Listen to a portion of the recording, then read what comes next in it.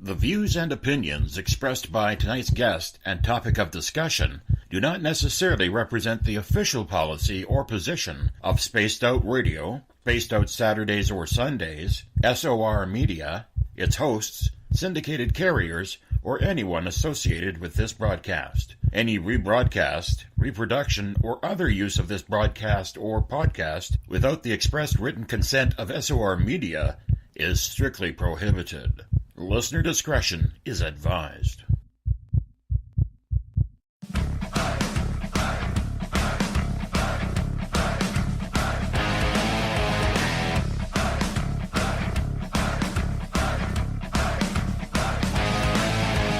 Are you experienced? Then come own the night with us.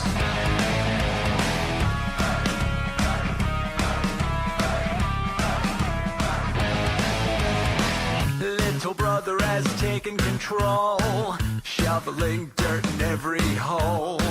Predators to condemn your soul, watching you and watching me. We're all Stationed atop the mountains of British Columbia, live from SOR headquarters. This is Spaced Out Radio with host Dave Scott. We live behind glass curtains and act like nothing's wrong. Soon you will belong. You can follow us on our website, spacedoutradio.com, and on Spaced Out Radio on iTunes. You can follow Dave on Twitter at Spaced Out Radio, and on Instagram at Dave Scott SOR, on Facebook at Spaced Out Radio Show, and on our YouTube channel, Spaced Out Radio. Brother wants to make headlines, be immortalized. Everyone's got an electric eye with the digital spies. They've watched you for so long. I know you're out there somewhere watching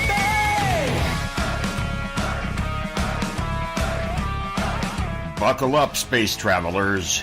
It's time to go for a ride on Spaced Out Radio with host Dave Scott. I know you're out there somewhere. We've watched you for so long. Wait for you to fall. We will expose you all. I know you're out there somewhere watching me. Little brother wants to make headlines, be immortalized. It's Thursday, February 22nd, Friday, February 23rd, if you're on the East Coast or across the pond, and this is Spaced Out Radio. Hope you had a great day and night. I am your host, Dave Scott, live from the Great White North, in the Caribou region on top of the snowy mountains of central British Columbia, right here at SOR headquarters. We are 150,000 strong, nightly on WQEE 99 Rock the Key down in Noonan, Georgia, on the United Public Radio Network 107.7 FM in New Orleans, and over 160 countries around the world. We are also live on The Fringe FM, spacedoutradio.com, Spreaker, and if you're listening in on Revolution Radio, remember the Double R Machine is a donation station financed by you, the valued listener. Head on over to revolution.radio and donate today. Now, we're all over social media. You can follow us live right now on periscope.tv. We are on Twitter at Spaced Out Radio. Give our Facebook page a like, Spaced Out Radio Show. On Instagram, follow me at Dave Scott SOR. Subscribe to our YouTube channel. Go to youtube.com/Spaced Out Radio for our archives. Listen to us on iHeartRadio in the United States. TalkStream Live.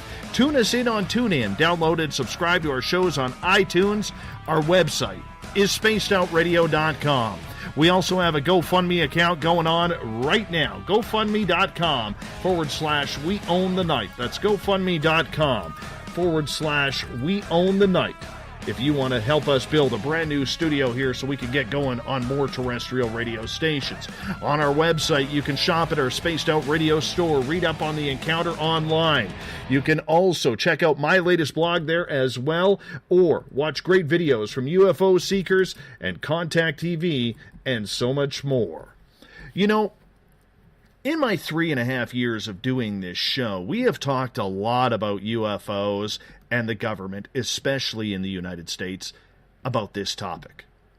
And although it's all speculation for the most part, for me, it always seems to come down to one potentially crucial piece of history when it comes to ufology.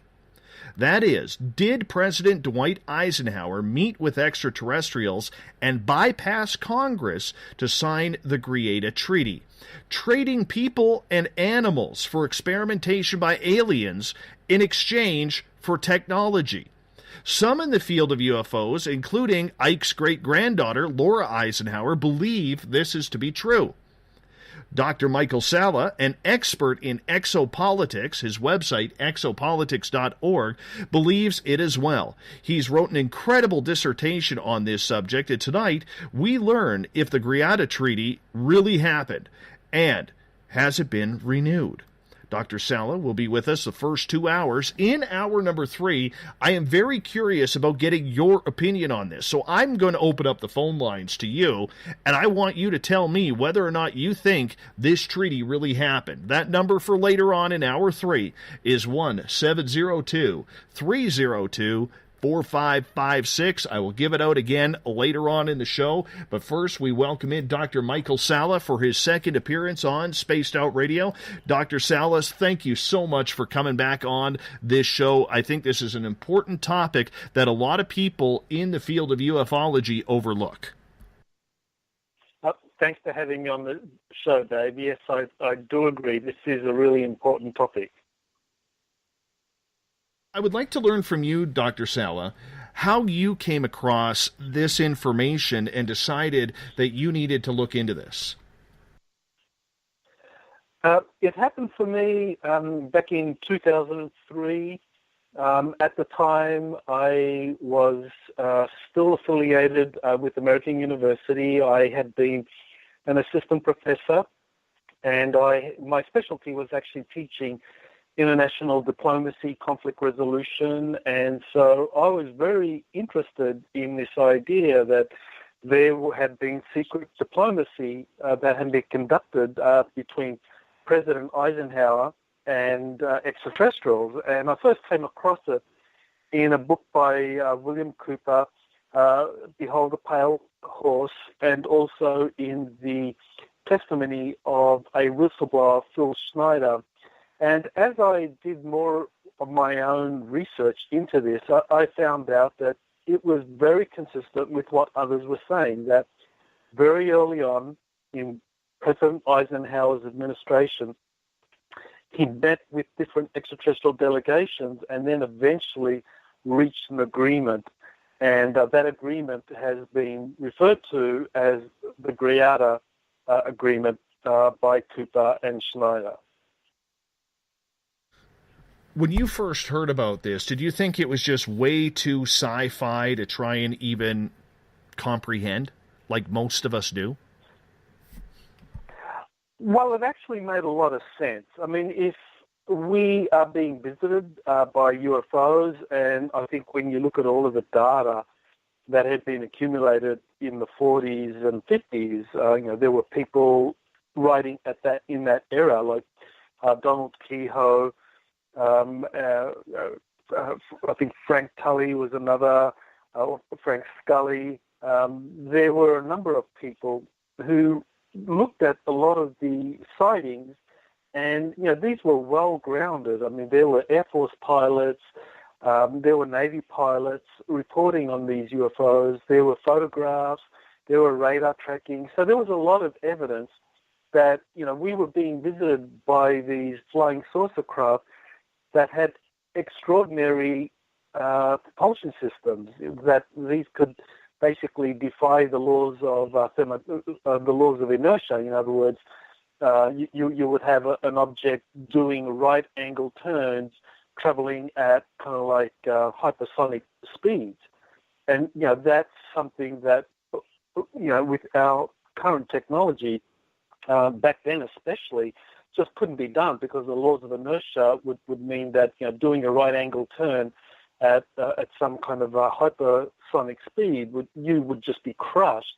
So we were talking about some futuristic technology, and so that immediately raised the scenario that we were being visited by extraterrestrials. And so all of the data pointed to us being visited, and so that would then lead to the next step, which would be, well, had we met the visitors?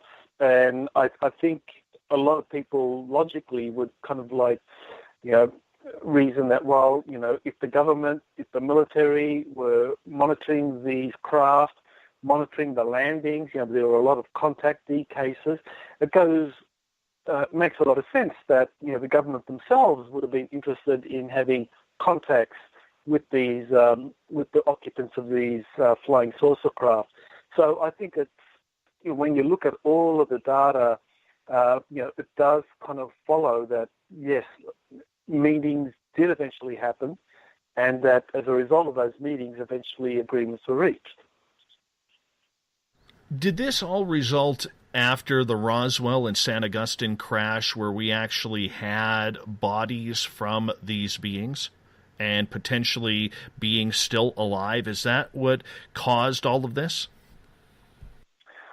Well, that's a really kind of fascinating question. There was a document that just was released early last year. It's a Defense Intelligence Agency document dating from 1987, and it basically lays out the history of the extraterrestrial phenomenon, and basically it refers to those early crashes, and in particular it focuses on the Aztec crash, Aztec, New Mexico in 1948, and this document basically says that as a result of that crash, diplomatic relations began with the occupants of one of those craft, that there were several beings that survived the crash at Aztec. There were a few dead ones, but some survived, and the survivors basically laid the foundation for eventual diplomatic relations, and that the extraterrestrials basically arrived. This is another group arrived to pick up this survivor, or one of the survivors of that crash, and took them away, and then formal diplomatic relations began soon after. So, we're talking 1948, and we're talking about a crash, we're talking about extraterrestrials being recovered, we're talking about the civilization that basically, like, you had a rescue operation where the peers of the crashed extraterrestrial arrived to rescue him, and in the meantime, the groundwork had been laid for future negotiations. So this document is an important one because it corroborates, what other people have been saying, whistleblowers, as I mentioned earlier, like William Cooper, Phil Schneider, and others, that agreements, diplomatic relations began very early on in the 40s and the 50s. A lot of people who are skeptical of this, Dr. Salla, will say there really isn't a lot of proof out there that this treaty is more than just hyperbole and the creation of some very, very exquisite sci-fi minds. Is there any definitive proof that this treaty actually took place? Well, what we have the testimonies of these eyewitnesses, Phil Schneider, William Cooper, and there were a number of others that were involved in the meetings at Edwards Air Force Base, at Holloman Air Force Base. And this is one of the things that skeptics often, ignore, is that eyewitness testimony is evidence. It's admissible in a court of law. So when people say, well, where's the evidence? An eyewitness is evidence. Even though people can't produce the craft or material from the craft, can't produce photographs, or can't produce any kind of like classified documents, which are all in themselves forms of hard evidence. Still, the fact that you got not just one, not just two, but multiple eyewitnesses saying that they had access to classified documents. I mean, for example, William Cooper, he served on the briefing team for the commander of the Pacific Fleet.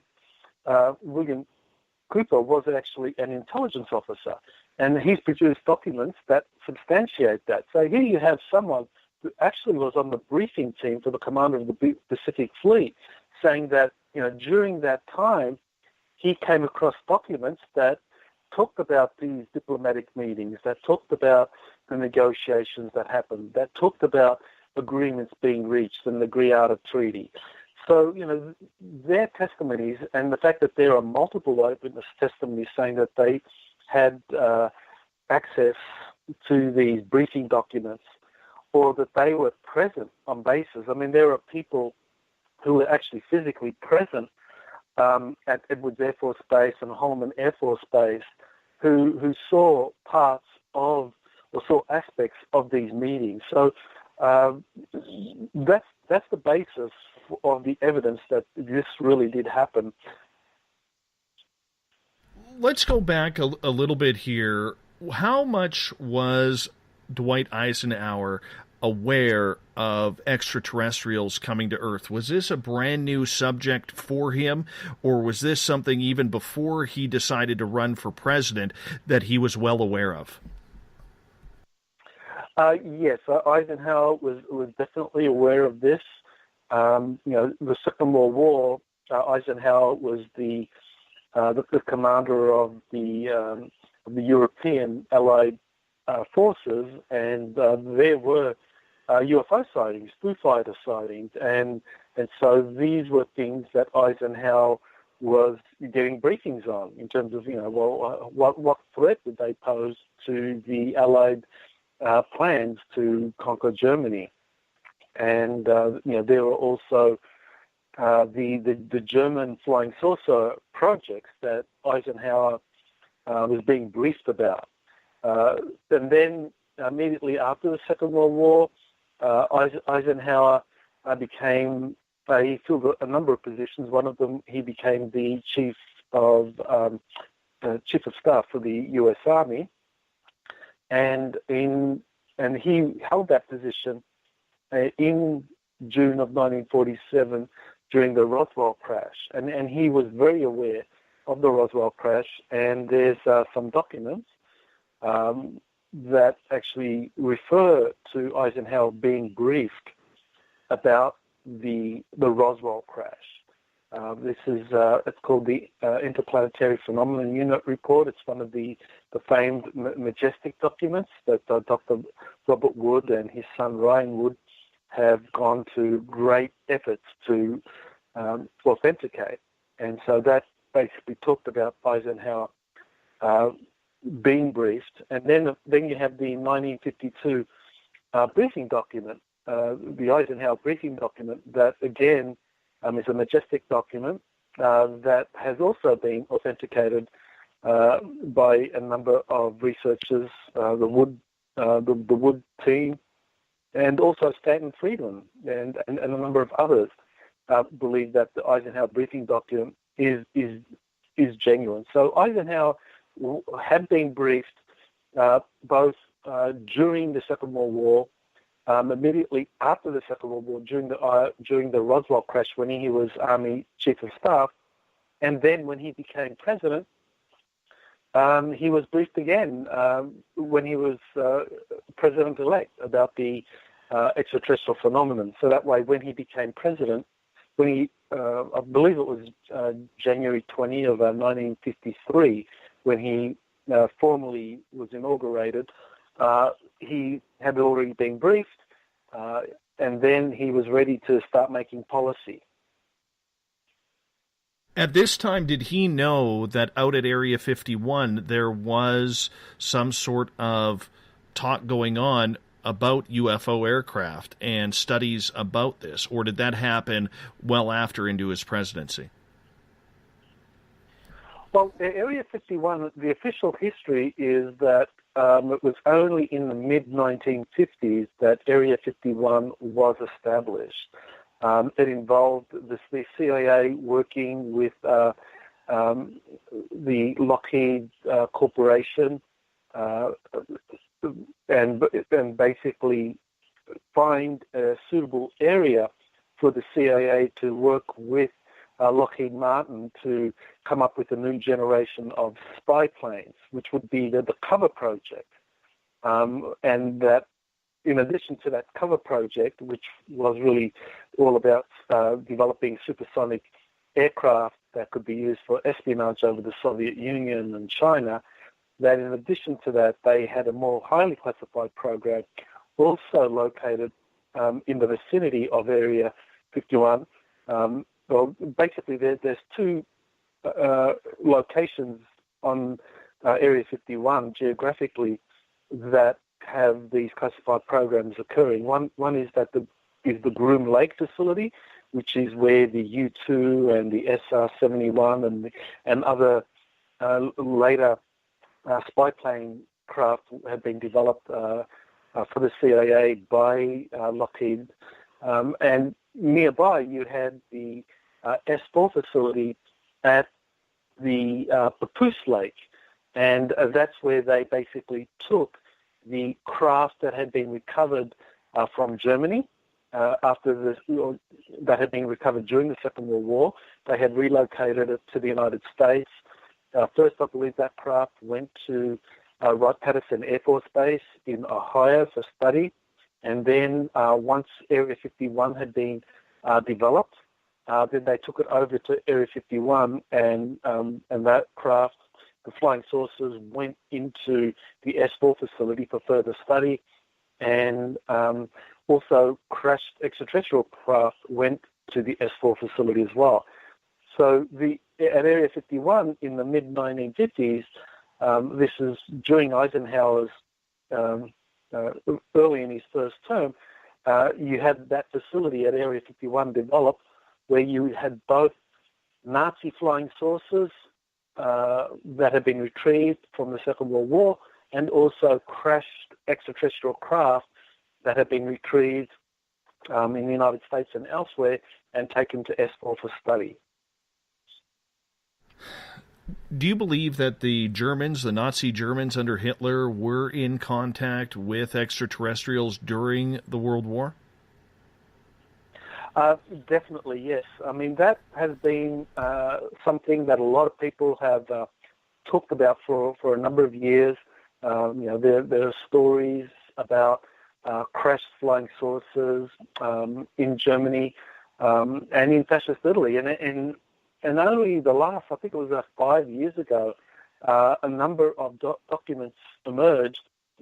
These were official fascist-era documents confirming that flying saucers had been, a flying saucer craft had been retrieved in Italy, and that later on, as a result of the agreements, Germany began to have access to that, and that Germany and Italy were collaborating in flying saucer research. We've had a number of documents like that have emerged. There were some KGB files that were released after the collapse of the Soviet Union by a Bulgarian scientist by the name of Vladimir Tuzinski, and he got his hands on a number of Nazi SS files that showed the different flying saucer craft that had been developed in Nazi Germany. There was a series of craft, and that and the documents that were released showed the specifications of the different craft, the different models, showed how many had been developed, how many had been how many tests were arranged, and how successful they were. So these are also documents that are available.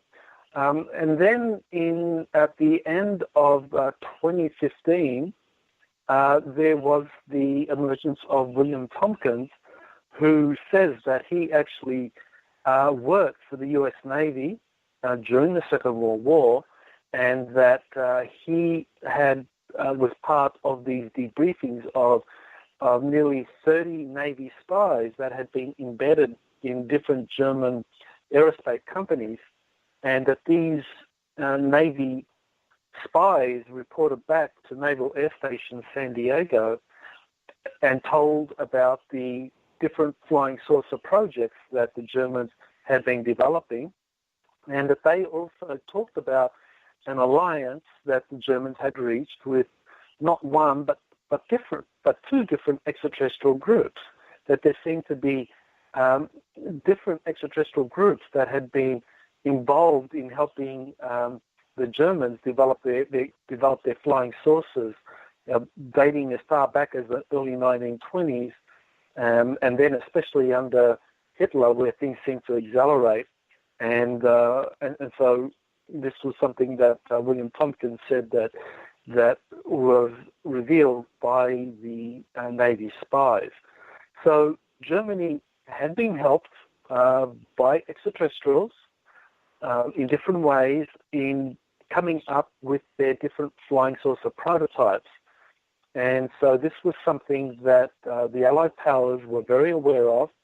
And there are a number of majestic documents that describe the decision that was made during the Second World War, that unlike Hitler, who seemed to really believe that putting resources into developing these flying saucer technologies was going to be strategically the winning move for the war, under President Roosevelt and his science advisor Vannevar Bush, the decision was made not to put significant resources into understanding and reverse engineering these captured craft and the intelligence that the Allied powers were getting, but to instead concentrate on winning the war by using conventional technologies and developing the atomic bomb. And that ultimately proved to be successful, that the Allies under Roosevelt came up with the correct strategic decision in terms of how to deal with these kinds of futuristic technologies. But the Germans gambled under Hitler to be able to, not only understand these, but to reverse engineer them, and then finally weaponize these flying saucers for the war effort. And even though they got very close, and apparently in early 1945, they were able to begin operationalize some of these flying saucers in the war effort, both to attack the tanks and to attack the bombers and the fighters from the Allied powers.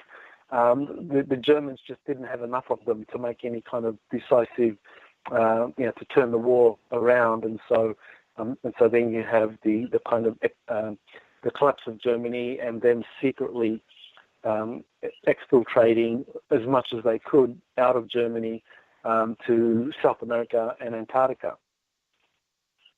Was it ever documented how Hitler apparently got in touch with these extraterrestrial species? Well, that's a difficult one to substantiate in terms of documenting that. I mean, what we have is information, according to different whistleblowers, that firstly, Germany during the Weimar Republic years, that's in the 1920s, had established contact with a human-looking group of extraterrestrials from Aldebaran, and that the Germans began to develop some of the first flying saucer prototypes in the 1920s and the early 1930s. But then in 1933, Hitler came to power, and he basically, by 1934, had essentially decided that he would have the Nazi SS take charge of all of these flying saucer projects.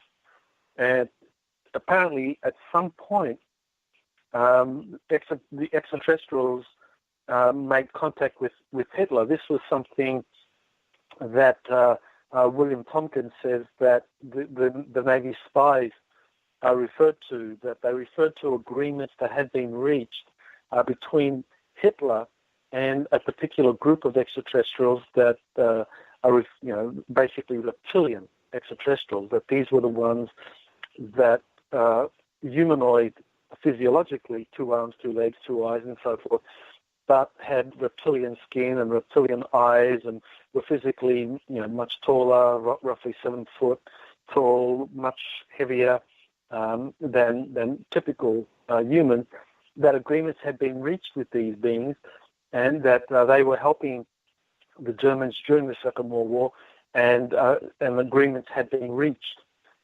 between Hitler and them. Now, how can this be documented? All we have so far are the testimonies of people like William Tompkins. A lot of the kind of stories about Maria Orsic. We have another whistleblower, Corey Good, who's pretty controversial, but still I find him to be very credible.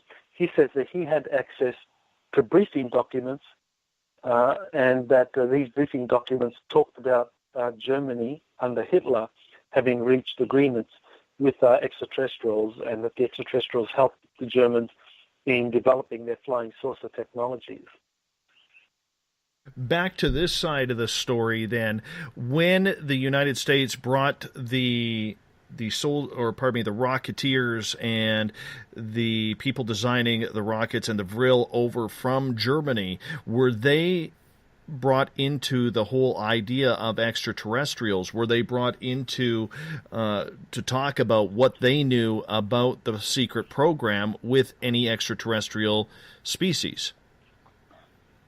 As far as I could tell, there was some knowledge of this. Hermann Oberth, who was basically is acknowledged as the father of German rocketry, he said that the Germans had been helped by the people of other worlds. I mean, those I'm paraphrasing, but Hermann Oberth acknowledged that extraterrestrials did help the Germans, and Werner von Braun also made similar statements. So, the Germans that were brought over to the United States under Operation Paperclip, some of them, not all of them, but some of them, were aware that they had been helped by these extraterrestrials during the war in developing some of these futuristic technologies. Now, the thing was, though, that Hermann Oberth and Werner von Braun, Kurt de Buss, Walter Dornberger, many of these paperclip scientists, they were experts in rocketry. And so, they were developing the V1, the V2, and when they were brought over to the US, they helped develop rockets for the American military and then eventually for NASA. But the principles of rocketry, while you're trying to get objects into space, that is very different to the flying saucer technologies, which didn't use rocket propulsion or liquid fuel as a propellant. They used anti-gravity technologies. They used torsion field physics and different energy kind of generating technologies to be able to propel their flying saucers out into space. And it appears, from my research, that essentially, with the collapse of Germany at the end of the Second World War, the Nazis, when they realized that the writing was on the wall, that they were going to lose the war, the last few months of 1944 and the early months of 1945, they were moving as much equipment and manpower and capital money as they could out of Germany to South America and down into Antarctica, because that was the last redoubt. That was the final redoubt. That was the place that the Germans had, from 1939, been quietly building up, because they, through the German Navy, had been able to locate vast underwater resources in Antarctica where they could build these out to create large bases. And as the war effort looked darker and darker for the Germans, they just moved more and more equipment and men down there. But what they moved down there were their successful models. So they moved all of their successful flying saucer technologies, their most brilliant scientists, down to South America, down to Antarctica, and the ones that were left behind were working on either they were working on flying saucer technologies that weren't successful. So you have people like Rudolf Schreiber, Giuseppe Belluzzo, Mies, and other scientists that were working on flying saucers in Germany that tried to utilize propulsion, kind of more propulsion, jet propulsion technologies for powering flying saucers, but these were unsuccessful. And of course, you had the rocket scientists, but the rocket scientists, they weren't working on torsion field physics. They weren't working on anti-gravity. So the programs in Antarctica and South America didn't need them. So these were the ones that the American military and the British and the Russians got, and so the ones that they got weren't necessarily up to speed on the extraterrestrial assistance that had been given to the Germans in developing flying saucer technologies. But nevertheless, von Braun and Hermann Oberth knew some of it. When President Eisenhower finally started realizing that this was entirely true, this was something that they were going to have to deal with, how did he go about keeping this entire process away from Congress and away from his fellow political leaders in order to secure the most deepest secrecy known to man up to this point? Well, I think it was truly a decision made on national security grounds, and and I think it's important to keep in mind that there was an expedition sent down to Antarctica, 1946, 1947, Operation Highjump, under Admiral Byrd, where basically 3 naval task forces totaling 4,000 military personnel converged on Antarctica to find the German bases there and to basically take control of the bases and eliminate the German threat, because they weren't sure just how much of a threat the Germans were out of Antarctica. But that, because the Germans had the additional time to finally develop kind of offensive laser weaponry for their flying saucers, by the time the U.S. Navy had gotten down to Antarctica, it was too late. The Germans not only had developed successful flying saucers, but they had also weaponized them. And so they were able to easily fend off Operation Highjump. And so that meant that when Eisenhower became president in 1952, he was aware of, one thing was that the Germans had successfully established themselves in Antarctica, that the Germans were being helped by extraterrestrials in Antarctica, and thirdly, that the Germans and extraterrestrials were doing overflights of the U.S. And this was one of the problems that the U.S. had, was who was flying these flying saucers? Was it extraterrestrials, or was it Germans, or was it a combination of both? And these were all questions that both Truman and Eisenhower struggled with. And then you had, in 1952, you had the extraordinary Washington flyover, where over successive weekends in July of 1940, 1952, President Truman was in power at the time. You had fleets of flying saucers flying over Washington, D.C. And these were cited by thousands of witnesses. And there were also radar trackings, and these flying saucers, they tried to intercept them with Navy jets at the time, but they couldn't do it. And so Eisenhower was faced with the dilemma that, these crafts, who are they? Are they Nazis from Antarctica? Are they extraterrestrial craft? And according to different whistleblowers, I've mentioned Bill Tompkins, Corey Good. Another whistleblower is Clark McClelland, who is another very credible whistleblower. He worked for NASA for 34 years, and he worked for NASA during the Apollo space program, and he worked out of the Kennedy Space Center and actually got to meet with a lot of the German scientists, Kurt de Bruce, who was the director of the Kennedy Space Center, and also Werner von Braun, who headed up the Marshall Flight Center. And basically he says, Clark McClelland says that according to the German scientists, that the flying saucers that flew over Washington, D.C. were Nazi craft out of Antarctica.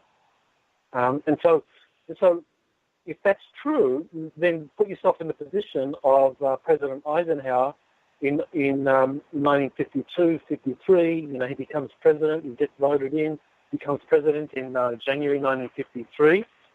So now he's got this really complicated situation confronting him, that not only are extraterrestrials real, but they've struck agreements with the Germans in Antarctica, that the Germans in Antarctica, with extraterrestrial assistance, have developed flying saucer technologies using advanced propulsion systems, using advanced weapon systems like laser cannons, that the Germans had been able to successfully develop kind of space-time displacement technologies. And I think Eisenhower and his national security team realized that, they couldn't do anything, that they couldn't fight the Germans. They couldn't fight the extraterrestrials. The technologies were just too advanced. So I think this was the basis by which Eisenhower realized that the deal, that there would have to be meetings, that there would have to be negotiations, and eventually deals struck. And that this would all have to be done secretly because, ultimately the United States, or Britain, or the Soviet Union, none of the leading statesmen anywhere wanted to fess up and say that, we didn't win the Second World War after all. Some of the Germans sat down there into Antarctica, and because of agreements they had reached with extraterrestrials, they now have all of these advanced technologies, and we can't do a damn thing about it. So they decided to just keep it all secret. When these aliens, if we can call them that, or extraterrestrial beings, or off-worlders, whatever the politically correct name is on that, space people, as we call them here in Canada, due to our politically correct Prime Minister, I'm wondering, how did they communicate with Eisenhower? Did they ask to speak with him directly, or did they end up, having to go through a chain of command before they were able to get their message to the president? How did that come about? I believe it went through the chain of command, that there had been some communication protocol established, and that as a result of that communication protocol, the first meeting had been scheduled for Edwards Air Force Base, and that was the first meeting occurred on February 20 of 1954, and that's when President Eisenhower traveled to Edwards Air Force Base. The cover story was that he was holidaying in Palm Springs, California, and that he and then went missing for an evening. It supposedly had a tooth problem. That was the cover story, but in fact what had happened was that he flew over from Palm Springs. He flew to Edwards Air Force Base and had his first direct physical encounter with the extraterrestrials. And so, this was a meeting that was planned well in advance because Eisenhower was accompanied by a delegation, a wise men's delegation comprising leading industrialists, bankers, and a religious figure of the time, as well as his national security team, that all went there. So this was all done in advance. So this was a meeting where the communication had all occurred beforehand, so Eisenhower could make plans to be down in Southern California before the appointed meeting, and that's when the first meeting occurred. So I believe that the communications had been established through the chain of command, and that was for the 1954 meeting. In 1955, there was another meeting, and this one was at Holloman Air Force Base, and once again, Eisenhower secretly traveled down to Holloman Air Force Base in New Mexico, and he had a meeting with extraterrestrials, but it appeared to be a different group of extraterrestrials, and this group of extraterrestrials appeared to be ones working with the German Antarctica operation. And in fact, according to Clark McClellan, there were Germans that were on that craft that landed at Holloman Air Force Base in February of 1955, and that Eisenhower, when he went onto that flying saucer, not only did he meet with extraterrestrials, but he was meeting with Germans that were working with the extraterrestrials. Again, that was arranged in advance, and that meant that all of the communications went through various communication protocols because there were different groups, and negotiations were being conducted, and so with the negotiation process, often, what happens in formal international diplomacy is you first have your diplomat kind of like working out a schedule, working out issues to be discussed, what the agenda is, and that's all done in advance. And then when the leaders come together, then they kind of like work out the fine details and then see if they can reach agreement or not. So I believe something like that happened for both the Edwards Air Force Base meeting and for the Holloman Air Force Base meeting, and that both of those required quite a lot of advanced preparation and negotiation or communication between the extraterrestrials and the U.S. national security system. When he first met with these leaders and explained to them that he was going to be taking them to Muroc Airfield, because that's the first one, did he explain to them what was going on, or was everybody kept in secret until the meeting happened? Okay, so Muroc Airfield, that's Edwards Air Force Base. It was renamed Edwards Air Force Base. Now, Eisenhower, he went there. He had his national security team with him, so they were aware of it. But of course, that was very compartmentalized. Only people with need-to-know access would know that Eisenhower was meeting with extraterrestrials at Edwards Air Force Base to discuss some kind of an agreement with the extraterrestrials. And so basically this was something that virtually, I think, no one in the U.S. Congress would have known. Very few people in Congress, if at all, would have known about this. Possibly a few people like Vice President Nixon may have known about it. But really, this kind of information was very compartmentalized. And, other than maybe Nixon and Eisenhower's national security team, the Secretary of Defense, Nelson Rockefeller, who was also a prominent official in the Eisenhower administration. So you would have had a kind of small circle of people that would have known about the meeting. And then there would have been a kind of a larger group that would have known aspects of the meeting. For example, there was one military policeman, Charles Suggs, whose job it was to basically,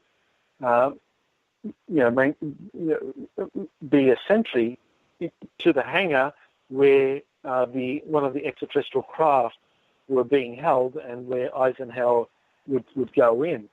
And so his job was to just make sure no one who didn't have proper authorization would go into that hangar. And he was aware of the flying saucer that was there, but he didn't know what Eisenhower's role was or what was occurring there. There were other people that talked about aspects of that 1954 meeting. Probably the most famous is a researcher by the name of Laid Mead, who talked about a briefing he received by one of the VIP people that were part of the Wise Man group that actually accompanied Eisenhower in the meeting with the extraterrestrials. And he described the way in which the extraterrestrials came forward, began to communicate, and how he described how for a lot of the national security officials there, it was like, their jaws dropped, because it was like, suddenly what had been rumor was now official. It was real that, we had made contact with extraterrestrials with these incredibly advanced technologies, and that the world was going to change dramatically because of that. So you had those kinds of eyewitness reports from people like Laid Mead talking about one of the attendees at that meeting. So yes, there were a small number of people that were familiar with Eisenhower's encounter with the extraterrestrials, but it really didn't go too far beyond that small circle, and it was kept very compartmentalized so that even people heading different congressional committees wouldn't have known about it. We only have about 3 minutes here before we have to go to our first break of the night. How did these aliens communicate with their own species up in space if they really had no craft or communication devices? Because I think that's important, Dr. Salla, to figure out how these meetings started. Mm-hmm. Yeah, right. Well, I have to go on what different people who have had contact with the beings have said. They said that the primary mode of communication was telepathic, that people would just hear the voice of the extraterrestrial in their head. That was the primary form of communication. But also there was radio communication as well, that the extraterrestrials did know how to communicate through radio. And this goes back to Nikola Tesla and Guglielmo Marconi, because they said in the early 1900s that they had established radio communications with extraterrestrials.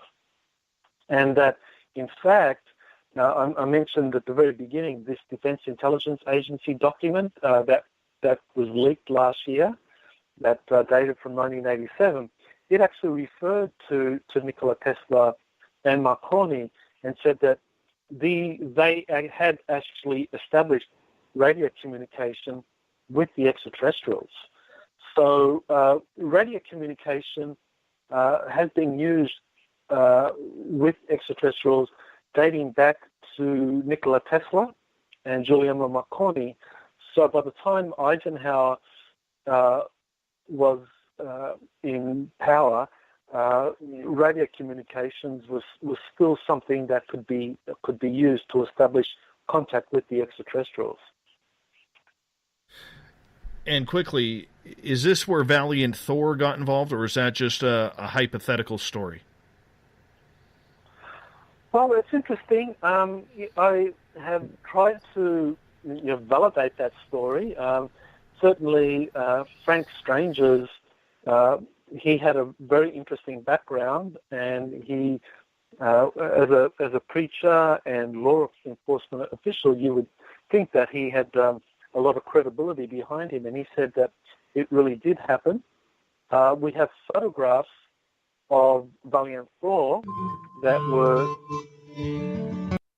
You know what? I hate to cut you off right there, but we are going to step out for our first break of the night. Dr. Michael Salla is with us tonight. We are talking about the Greada Treaty. We are going to be here one more hour with Dr. Salla talking about the treaty. A lot of information to get into hour number 2. Hour 3, we're opening up the phone lines to you. I want to know what you think about this treaty.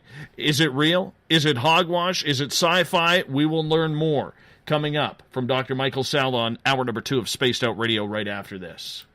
Hello, SOR listeners. Lorian Fenton here. Let me ask you, now that disclosure's happened, what does it mean for ufology? For answers, join us at UFOCon 2018 in South San Francisco, California, March 23rd through 25th. Keynote speakers Stephen Bassett, Grant Cameron, and Melinda Leslie address the current disclosure agenda. Dave Scott, yes, you're Dave Scott, and Lynn Buchanan tell of amazing alien encounters. Get your tickets at caufocon.com. That's caufocon.com.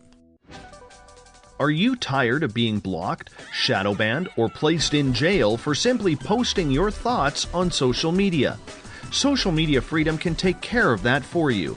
Social Media Freedom is the newest and one of the best free new apps that allows you the freedom to post what you want, when you want. It takes seconds to download from your app store. Come join the tribe at Social Media Freedom. It's time to set yourself free. The first annual Caribou Paracon is happening September 28th to 30th in the 108 Mile Ranch, British Columbia, brought to you by the Canadian Society of Questers and Spaced Out Radio. Come listen to our featured speaker, Grant Cameron, along with Elizabeth Anglin, Paisley Town, Mike Moran, Eric Cooper, and more. It's a 3-day supernatural adventure at the Spruce Hills Resort and Spa. Tickets for the weekend are $150 Canadian. The Caribou Paracon, celebrating everything paranormal. A timepiece is a reflection of who you are, and what better way to show off the real you than with an Escape watch? Escape is a lifestyle brand accessorizing your days and nights. Choose to escape and create the life of discovery that you deserve. Dream, play, unite with your own personalized Escape watch. Head to escapewatches.com. There is no time like the present to enjoy your escape. Use promo code SMF2017 for your 20% discount today. Looking for a place to advertise at a very reasonable cost? Look no further than Spaced Out Radio. SpacedOutRadio.com has an advertising tab that you can click to check out our daily, weekly, and monthly packages to play on the radio, or our website including social media. From commercial spots to banners, we have it all. Check out our competitive pricing today. To the dawn. We are lighting the void on Saturday nights on Spaced Out Radio. Hey, this is Joe Roop, and I'm hanging out in SOR headquarters every Saturday night, bringing you the latest news when it comes to the weird and strange. Bigfoot, occult, UFOs, ghosts, and everything in between, I got you covered. You can tune in to SpacedOutRadio.com starting at 9 p.m. Pacific, midnight Eastern Time. Come travel into the void with us on Spaced Out Saturdays.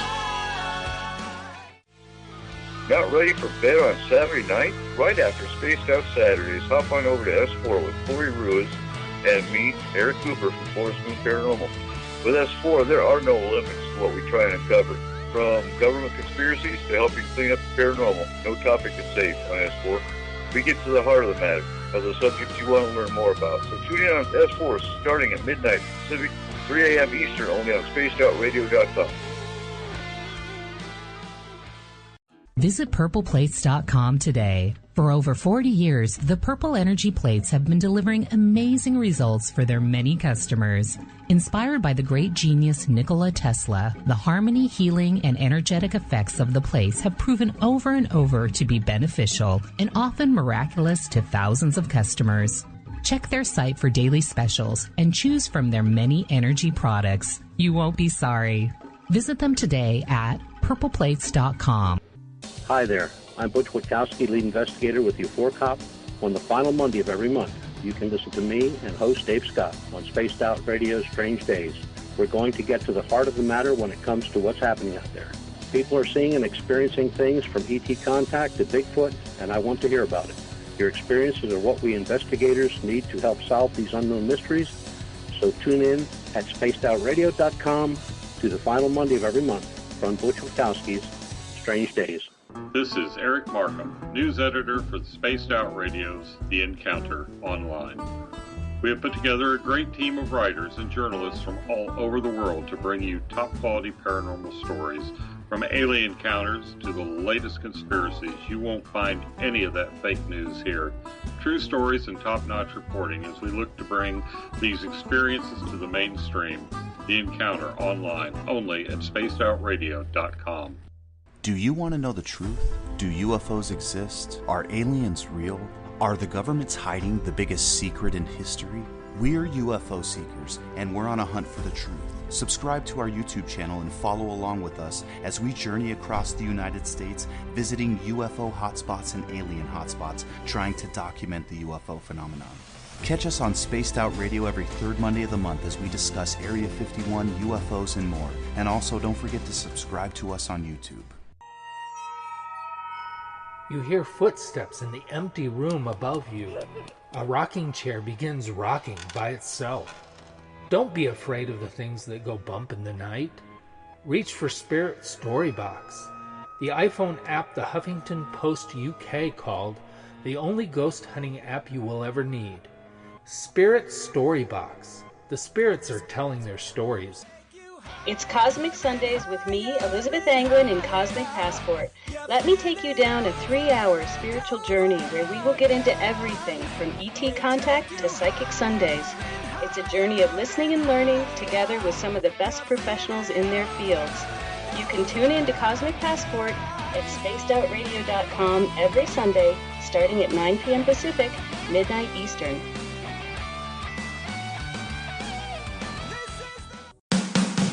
The views and opinions expressed by tonight's guest and topic of discussion do not necessarily represent the official policy or position of Spaced Out Radio, Spaced Out Weekend, Spaced Out Radio Limited, its hosts, syndicated carriers, or anyone associated with this broadcast.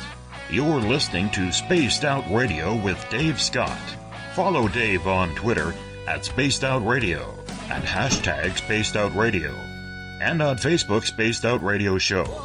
Now, back to the program. Welcome back to the second hour of Spaced Out Radio tonight. I am your host, Dave Scott. Great to have you with us. Tomorrow night on the program, it is the final Friday of February already, which means we are going to have the SOR Paranormal Roundtable going on, where we're going to bring in some friends, we're going to debate some topics. They're not going to know what we're talking about. They're all coming in cold. It's a fun night. We're going to wrap up the month that was. Tomorrow night, 9 p.m. Pacific, midnight Eastern time at spacedoutradio.com. We want to welcome in everyone listening in on WQEE 99 Rock the Key down in Newnan, Georgia, home of The Walking Dead. We are live as well on the United Public Radio Network, 107.7 FM in New Orleans, and over 160 countries around the world. We are also live on Periscope.tv. We are on Facebook at what is our Facebook page? Spaced Out Radio Show. Twitter, at Spaced Out Radio. Use the hashtag Spaced Out Radio if you want to connect with us live during the show as well. And our YouTube channel is youtube.com/Spaced Out Radio if you want to hear any of our archives. Bill Cardwell has set the password for tonight in the SOR Space Travelers Club. Verisimilitude. Verisimilitude is your password. Use it wisely, Space Travelers, as Bill sets a password each and every night right here on the mighty SOR. Now, if you want to follow us on social media, you can do so on Twitter. Well, I've already said that. Darn it. I'm just all over the place tonight. I get an ice cap brought here by the wife from Tim Hortons, and all of a sudden I'm all over the place, just everywhere. Anyhow, if you want to go to our website, spacedoutradio.com, we have a plethora of features for you, including joining the SOR Space Travelers Club for $5 a month. Rock out to some Bumblefoot. Shop at our Spaced Out Radio store. You can read The Encounter online or watch great videos from UFO seekers, Contact TV, and so much more. Tonight, we are talking about probably one of the most important topics we need to figure out in the field of ufology, and that is the Greada Treaty. This treaty was apparently signed by President Eisenhower with extraterrestrials, trading humans and animals for technology. Now, we have a gentleman who is highly scholared in this topic. He has written a very great dissertation at excuse me, at exo-politics.com or .org. That is Dr. Michael Salla, who is with us tonight. Dr. Salla, welcome back. Thanks, Dave. Sorry about that. My throat's all of a sudden getting a little scratchy here, but that's okay. We're going to continue on here. Dr. Salla, when President Eisenhower met with these first set of extraterrestrials, do we know who he was dealing with? Because there is so much speculation in regards to whom he was dealing with, whether it was the Greys, some sort of Nordic humanoid type being. Who did he meet with the first time? The first time, as far as I can determine, he met with a kind of human-looking Nordic group of extraterrestrials at Muroc or Edwards Air Force Base. And they were very concerned about the United States moving forward with this, the development of thermonuclear weapons, because on March 1st of 1954, this was essentially 10 days, or less than 10 days, kind of like 9 days after the meeting with Eisenhower. The United States tested its first nuclear bomb, its first thermonuclear bomb, its hydrogen bomb, which was approximately, I believe it was the Ivy Mike test, and it was roughly 15 megatons, which was around 1,000 times the size of the atomic bomb dropped on, I think it was Hiroshima or Nagasaki. Both of them were in that range of 15 to 20 kilotons. So, you've got 15 to 20 kilotons being dropped on Nagasaki and Hiroshima. And then you've got the Ivy Mike test on March 1st, 1954, that involved a 15 megaton thermonuclear weapon, and the Nordic extraterrestrials basically wanted the United States not to develop thermonuclear weapons because they believed that this would basically, create catastrophe and possibly lead to a third world war.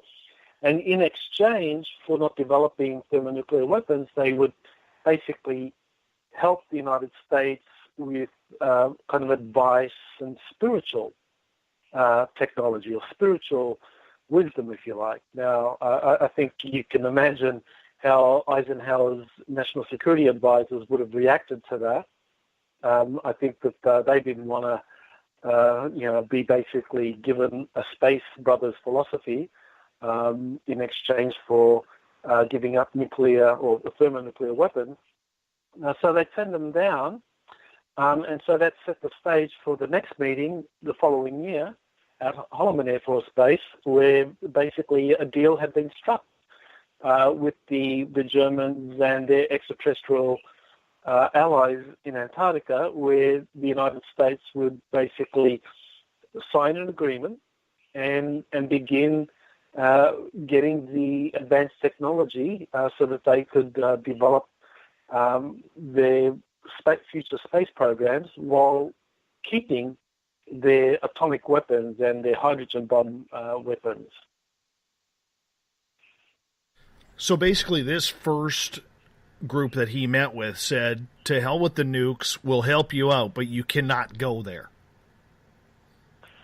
That's right. I mean, they had the philosophy that our level of ethics, or our kind of like level of consciousness, if you like, was not suitable for the kinds of advanced technologies that they had. That we really needed to work as a civilization on being more ethical and evolving our consciousness and so forth.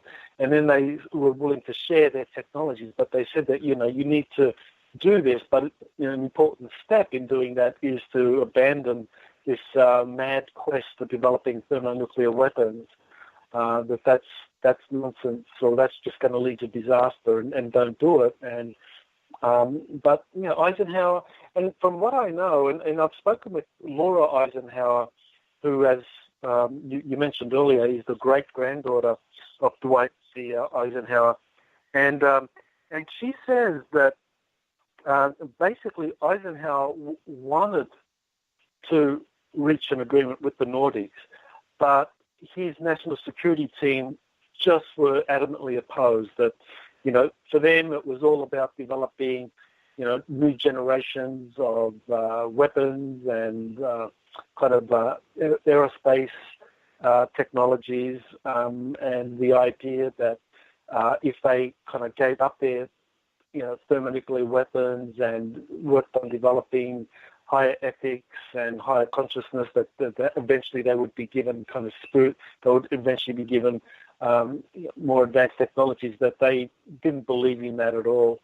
And so they essentially decided that it was better to go with the same groups of extraterrestrials that had reached agreements with the Germans.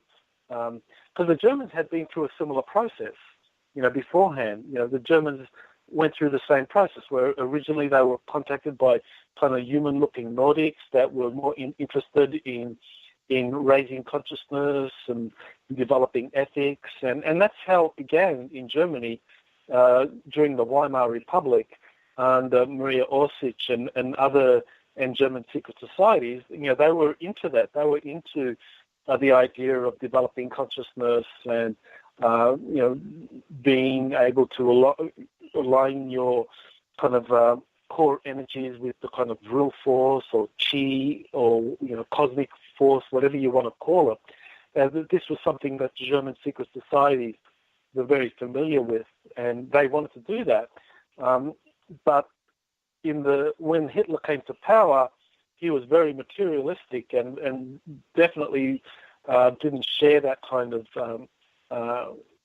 that concern of raising consciousness. He was more about developing super weapons to win wars, and so eventually this kind of human-looking Nordic group distanced themselves from the Germans, and the other group, the reptilians, came in and basically gave Hitler everything he wanted to win the war. But even that wasn't enough, and so now the United States under Eisenhower, they were going through their own kind of negotiation process with the same groups. First the Nordics reached out, and the US kind of tried to negotiate with them, but then when they realized that they had to give up their most powerful weapons, they decided, no, well, we'll just go along and negotiate with the same groups that the Germans negotiated with. But the problem there was that the Germans and the reptilians were allies.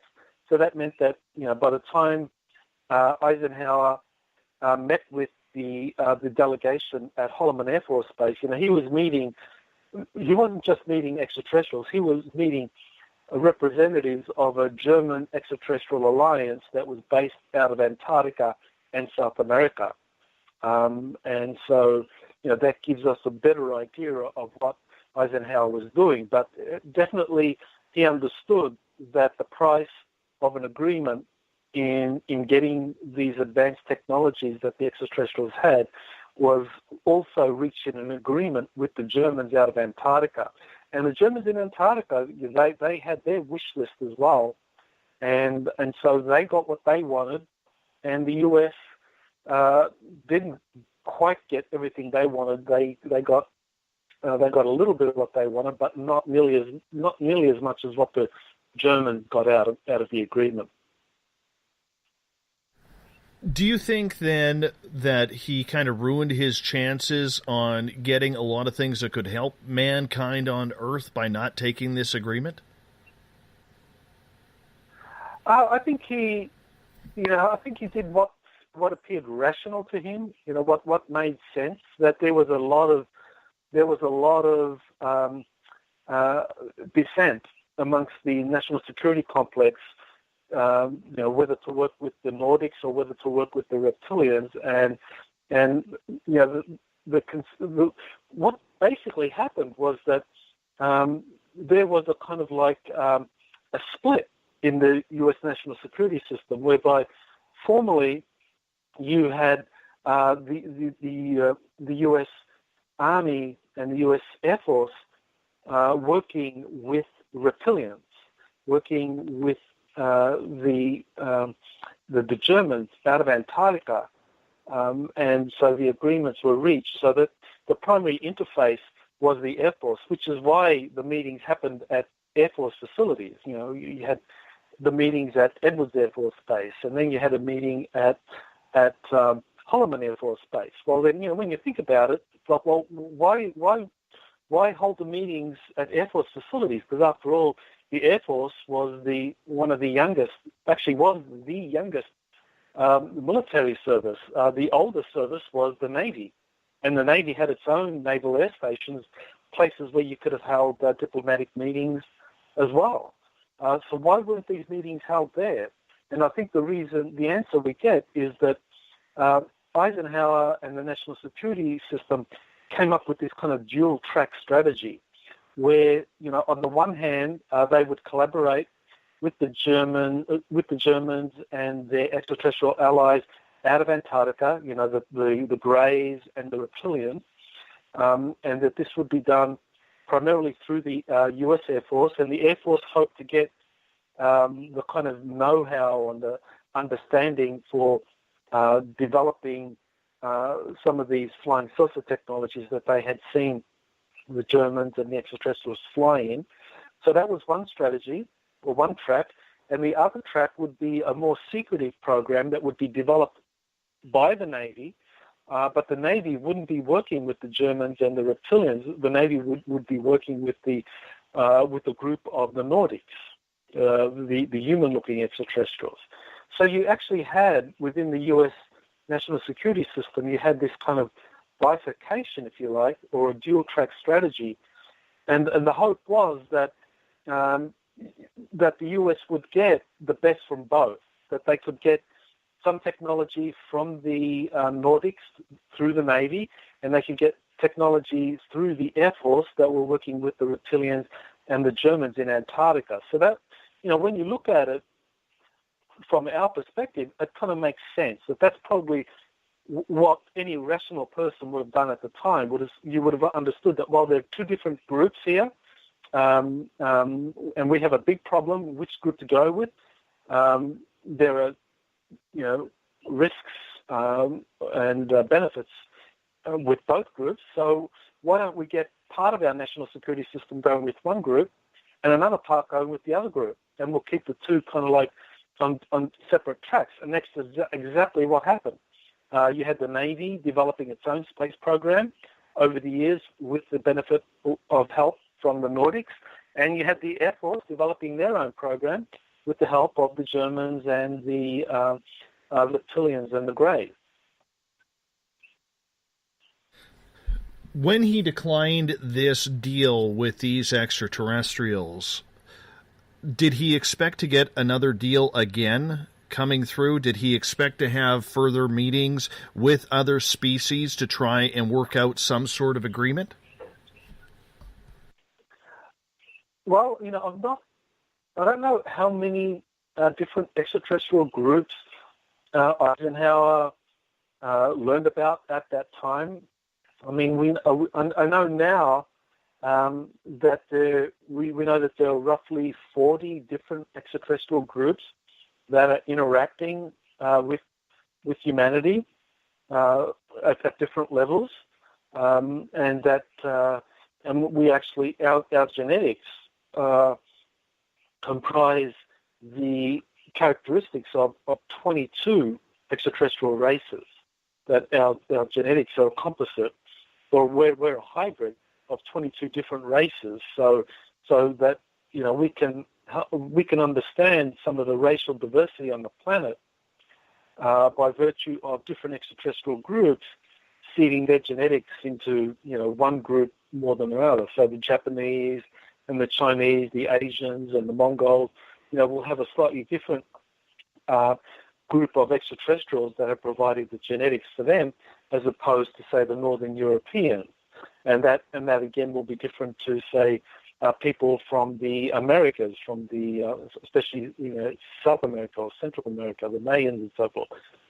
So we've had different extraterrestrial groups that have been kind of interfacing with us for a long time historically, and we're aware of about 40 of these now. But during Eisenhower's time, it's hard to say exactly how many he knew were there, but he certainly was aware of a kind of human-looking Nordic group that he met with at Edwards Air Force Base. Now, how many kind of human-looking Nordics did that particular group represent? Was it one, or was it a federation? We're not quite sure. We don't have enough information for that. But I think when it comes to his meeting at Holman Air Force Base in 1955, I think we can be more confident that he did meet with a kind of smaller group of extraterrestrials, typically associated with the Germans, which are the reptilians and the Greys.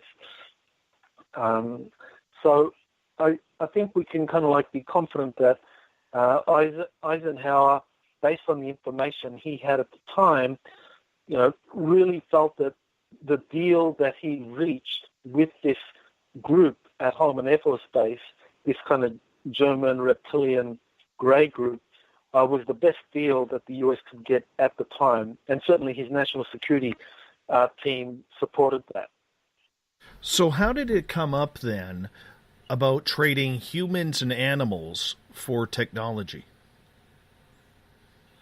Well, I think this was one of those aspects of the agreement which to us, looks horrendous. But, we look at it from the perspective of, say, the Germans, because the Germans were using slave labor,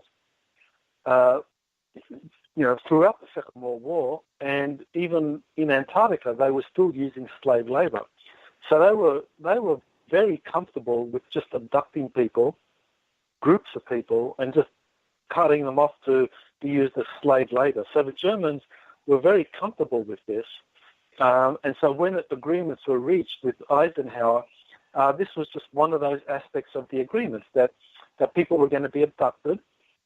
Now, I think when it came to the United States, I think Eisenhower made an agreement where people who were abducted would be returned back to their place of abduction and have their memories wiped, so that way security could be maintained. That, in other words, the agreement didn't allow for Americans to be taken down to Antarctica to be used as slave labor. But Americans who signed on to these agreements or kind of volunteered to join these projects these joint German-American projects, off-planet projects, that some of these people ended up, virtually as slave labor, but they did it voluntarily. But in terms of what Eisenhower did, I think that the agreements were worded in such a way that he felt that this was acceptable, that the extraterrestrials that had signed onto the Greada agreement, that as far as the extraterrestrials were concerned, when they were abducting people, that people would return unharmed to their homes. And I think Eisenhower and certainly his national security officials felt that this was acceptable, and that what they were getting in return in terms of advanced technologies kind of like outweighed the ethical concerns about having your people abducted and used in genetic experiments and then returned with their memories wiped. That this was a kind of an acceptable thing to do, which I think just showed that that the Nordics were right, that ethically we had a lot of work to do. Did he expect it to get out of hand the way it was? Because all of a sudden people started having experiences, many which continue today, and a lot of people would say, this is out of hand, we need to know what's going on. I think what you had in the 1950s and the 1960s was a lot of contact cases, a lot of people having encounters with these kind of human-looking extraterrestrials. And many of these meetings were really very positive and very respectful. And, this is where you have people like George Adamski, Howard Menger, Orfeo Angelucci, a whole litany of contactees in the 1950s who all described these life-changing experiences with these beautiful human-looking extraterrestrials. So I think these were the same extraterrestrials that Eisenhower had met at Edwards Air Force Base that he had turned down. But those extraterrestrials now went to Plan B, which was to basically help raise human consciousness by interacting with the local population. So then in the 1970s and 1980s, I think we have, as a result of the agreement Eisenhower had reached with the Greys, that eventually you had a lot of people coming forward saying that they'd been abducted by these short, 3 foot, 4 foot tall Grey humanoids who were doing all these kinds of genetic experiments on them. And so that's when it really did start to get out of hand. Did Eisenhower realize the impact that this would have on humanity, potentially, with people being taken against their will? I think that was a concern that was probably pretty low down the list of priorities. I think Eisenhower and his national security advisors, I think that they were, as far as the strategic situation confronting them was that you had the Germans in Antarctica with an advanced space fleets working with a particular group of extraterrestrials that were quite aggressive and militaristic. And that if the United States wasn't careful, that you could either have a third world war, or you could have this German space program literally kind of infiltrating and taking over the United States. And in fact, that seems to have been what had happened to a certain extent. Not completely, but there have been a number of writers who have talked about the Fourth Reich, and we certainly see with Operation Paperclip, the number of German scientists that came into the United States and were given senior positions in the aerospace industry, in major corporations. I mean, and a lot of these scientists often came in straight from Germany and were given security clearances, high-level security clearances almost immediately. Now, Whereas American scientists, they would have to wait a year or something to get their security clearance. And so this was this was a big puzzle to everyone. But for those in the know, basically this was evidence that an agreement had been reached and that the Germans that were coming in were part of this agreement, with the German Extraterrestrial Alliance out of Antarctica. And Eisenhower, I think, understood the national security implications of all of this, that if the United States didn't get technology quickly, that eventually it could be overwhelmed by this kind of fifth column of Germans in the United States collaborating with the Germans and the extraterrestrials out of Antarctica, and that the US would be covertly taken over. And so I think that this was something that Eisenhower and his people were prioritizing, and for them having a few people or a few thousand people abducted secretly and experimented on and then returned with their memories wiped, I think that they probably thought that was kind of like an acceptable price to pay, even though I'm certain they wouldn't have been happy with it. But I think that I think Eisenhower, being a five-star general, a former five-star general, he would have understood that when you're fighting a war, you're going to have casualties. And I think he would have seen people being abducted as kind of being casualties of this kind of undeclared war, or this kind of like kind of chess match, if you like, between the US and the German Extraterrestrial Alliance. Almost like, there is collateral damage. No matter what you do in war, there is collateral damage.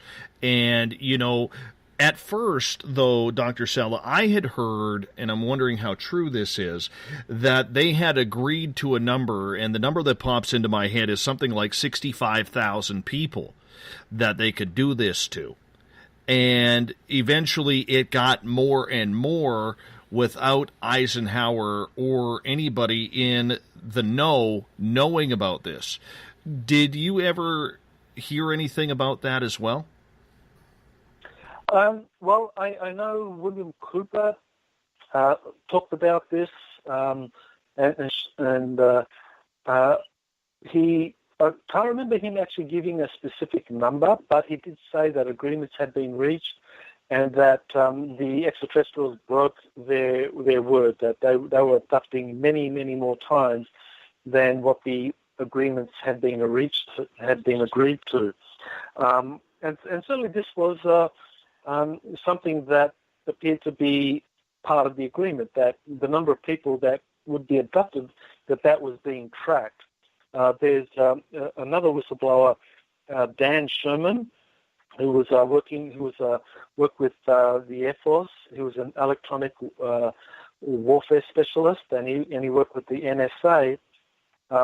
He was trained to work with a covert operation at the NSA, and he described while he was at the NSA that he was given a special computer terminal, and that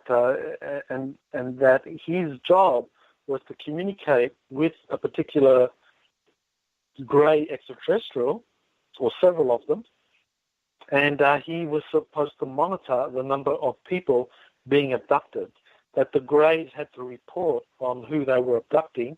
And so this was the way in which the national security establishment tried to track the number of people being abducted. But as you mentioned, the number abducted was many more than the agreement stipulated, and estimates go as high as several million Americans having been abducted over the years. I want to get to some questions from our audience here because they are building up, and then we'll get more into how it is affecting today. I want to start off with Gail's question here, and she is asking, Dr. Salla, how was Eisenhower able to get this with the absence of ratification by the Senate? Well, that's an important question.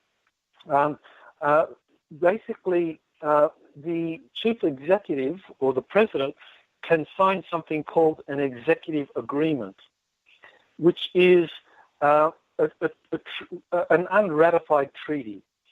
It's under the U.S.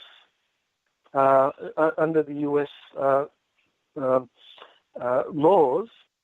You can actually have the chief executive doing one of these executive agreements until such time as the agreement is ratified by Congress. It is still applied. It's still applied.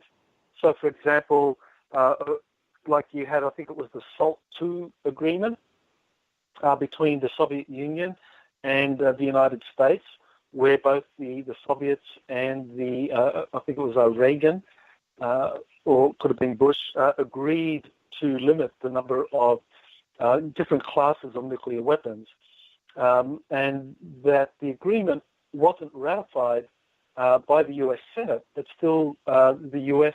and the Soviets abided by the terms of the agreement, because you had the chief executives signing on, and that this is something that is recognized under the under international diplomacy. Because as far as international diplomacy is concerned, ratification is something that is a domestic issue. But as far as international law is concerned, as long as you have the chief executives of two powers signing an agreement that is abided by the kind of like bureaucracy, then you have an executive agreement, and this is what Eisenhower did. Another question here from Catalina. She is asking, what was the Russians' role in all of this? Did they get anything out of it? Not really. The Russians never trusted the Germans. I mean, the Russians and the Germans were mortal enemies, obviously.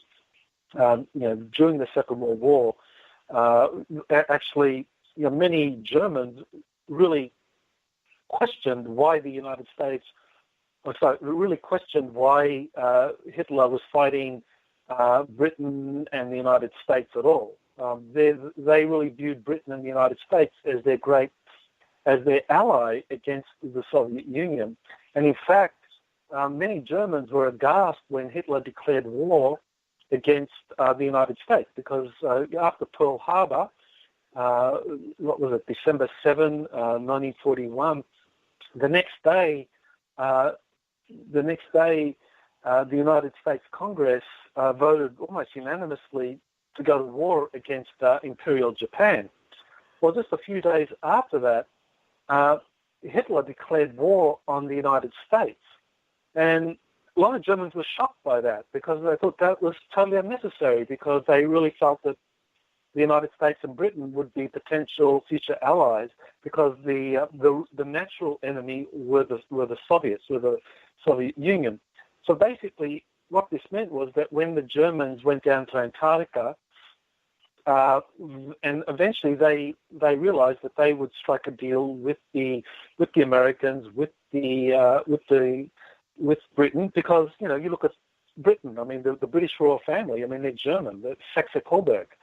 And many Germans had immigrated to the United States, and early on there were calls to make German the second official language, and actually I think this was part of what the U.S. The congressional delegation during the revolution, after the Revolutionary War, they were debating making German a second language. So the Germans in Antarctica, and especially during the Second World War, really felt that the war against the United States and Britain was wrong, that it was misplaced, and that it was Hitler's folly. But the Soviets were the natural enemy, and so the Soviet Union never trusted the Germans, and so they didn't make the deals with the Germans in Antarctica, and because the Soviet Union had this kind of very extreme totalitarian form of communism under Stalin. Basically, even the human-looking extraterrestrials didn't want to have anything to do with Stalin, and so the Russians or the Soviets didn't have access to this kind of level of technology that the Germans had in Antarctica, and that the U.S. military-industrial complex was starting to get. So through these agreements, the U.S.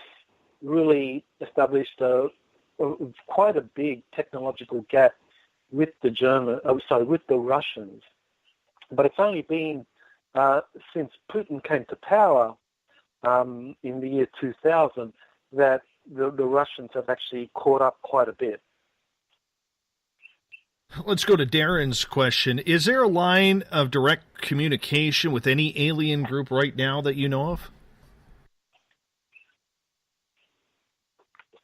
Well, I mean, a line of communication, what you have is the U.S. Air Force has been working with a number of extraterrestrial groups for decades. They have facilities at Nellis Air Force Base in particular, where they have a group of extraterrestrials called the Tall Whites down there. One of the whistleblowers who has come forward to talk about that is Charles Hall, who wrote a series of books called Millennial Hospitality, and he talked at length about the agreements that had been reached between the Air Force and this group of tall white extraterrestrials. Another whistleblower, Bill Newhouse, talked about grey extraterrestrials being consultants to the U.S. Air Force advanced technology projects. So right up until today, there have been unbroken lines of communication between the U.S. Air Force space program and the extraterrestrial groups that they've been working with. And similarly with the U.S. Navy, they've been working with this Nordic extraterrestrial group that William Tompkins has talked extensively about in his book, Selected by Extraterrestrials. There's currently there is a very well-established lines of communication with multiple extraterrestrial groups in the United States, involving the Air Force and the Navy, and then you have another group within the intelligence community, the NSA in particular. It's called the Advanced Contact Intelligence Organization, ACIO, and so they also are in communication. So there are multiple agencies in the United States that have ongoing communications with extraterrestrials. A lot of people have been mentioning tonight in the chat rooms whether or not we signed an agreement where we were declaring a loss of sorts in regards to, dealing with extraterrestrials. For instance, a document which spelled out our surrender. Does that make any sense to you? I don't think it would have been viewed as a surrender or presented as a surrender. I think the way in which the negotiations happened, because the United States in 1955 under Eisenhower, I mean, they still had a lot of cards to play. Even though the Germans in Antarctica had superior technologies and had an extraterrestrial alliance that had helped them build flying saucer craft, the United States, they had thermonuclear weapons. They had ballistic missiles that they could use. Even though the Germans could have created a lot of destruction against the U.S., the U.S. could still have probably fought a war against the Germans in Antarctica, and they possibly could have won that war, or at least just because of their overwhelming number of resources and population. I mean, the United States had back in the 1950s, not sure of the exact number, but we're probably talking at least 150 million people, and the Germans at most would have had a few 100,000 in Antarctica. And even though they had advanced technologies, I don't think they would have done too well if there was full-scale war. But I think Eisenhower and his national security team realized that, going to war against the Germans in Antarctica might prove to be inconclusive, because after all, they're buried under 2 miles of ice. And even if you detonate kind of nuclear weapons over the ice sheets there, I mean, how can a hydrogen bomb penetrate 2 miles of ice? So I think at the end of the day, it was a genuine negotiation. And while in some ways it appeared to be a kind of a negotiated surrender, I think Eisenhower and his national security team probably felt that, they could outsmart the Germans. And the Germans felt the same way, that they could outsmart the Americans. And at the end of the day, I think probably the Germans succeeded. We're going to take 2 more questions from our audience. Then I want to hit you up on what's happening today with everything. Kevin out of Texas is asking, do you believe, Dr. Salla, that the Jason Society wrote the proposals for Eisenhower? The Jason Society, there's the Jason Society, which is a group of scientists that have been working on advanced technology projects. They were set up during the Eisenhower administration, and some of them kind of like helped with some of the negotiations. But I think a lot of the Jason Society, they were primarily scientists who were whose skill was in understanding advanced physics and building kind of like all sorts of advanced weapons technologies. The group that would have been most relevant in the negotiations for Eisenhower would have been the Council on Foreign Relations. Their executive committee in particular, that was run by people like David Rockefeller, Henry Kissinger was involved in that. These are the people that would have put together the kind of negotiating ideas that I think Eisenhower would have used. But, the Council of Foreign Relations rather than the Jason Society would have helped Eisenhower with the actual negotiations.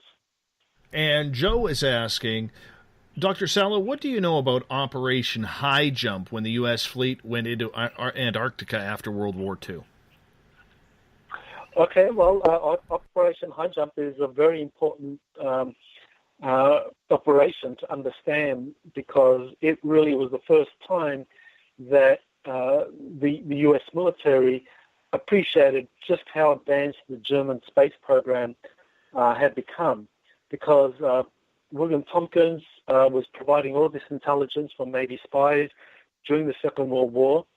And the way he explained it, he said that a lot of the senior Navy people didn't believe it, that they didn't believe that the Germans had developed these advanced technologies, flying saucer technologies, and that they'd been helped by extraterrestrials. They thought it was disinformation. And so it was only with Operation Highjump that they could be sure that, in fact, it was true, that the Germans did escape to Antarctica with these futuristic weapons and flying saucers, and had sufficiently developed these to pose a significant threat to the United States. So Operation Highjump really marked the point when the U.S. national security system really paid attention to what the Germans were doing in Antarctica. Since we only have about 6 minutes left with you tonight, and I apologize to our audience because we are almost out of time, and there's just so much more to do. I would love to invite you back on the show in the near future to go over this again so we can continue, Dr. Salla. I'm happy to do that. Well, thank you so much. When you look at what is happening today with disclosure, or the soft disclosure that is happening with the To the Stars campaign and Robert Bigelow and the Pentagon, everything which I'm pretty sure you're very up to date with, do you look at this as something that had to happen or something that is being forced to happen then? I think there are a number of things happening in the background which is forcing disclosure. You have the leaks. You have the unprecedented number of leakers now releasing information. And it's only a matter of time when the documents concerning these classified extraterrestrial programs are released.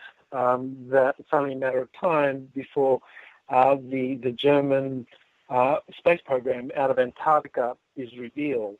And in fact, Antarctica is a place that's literally heating up.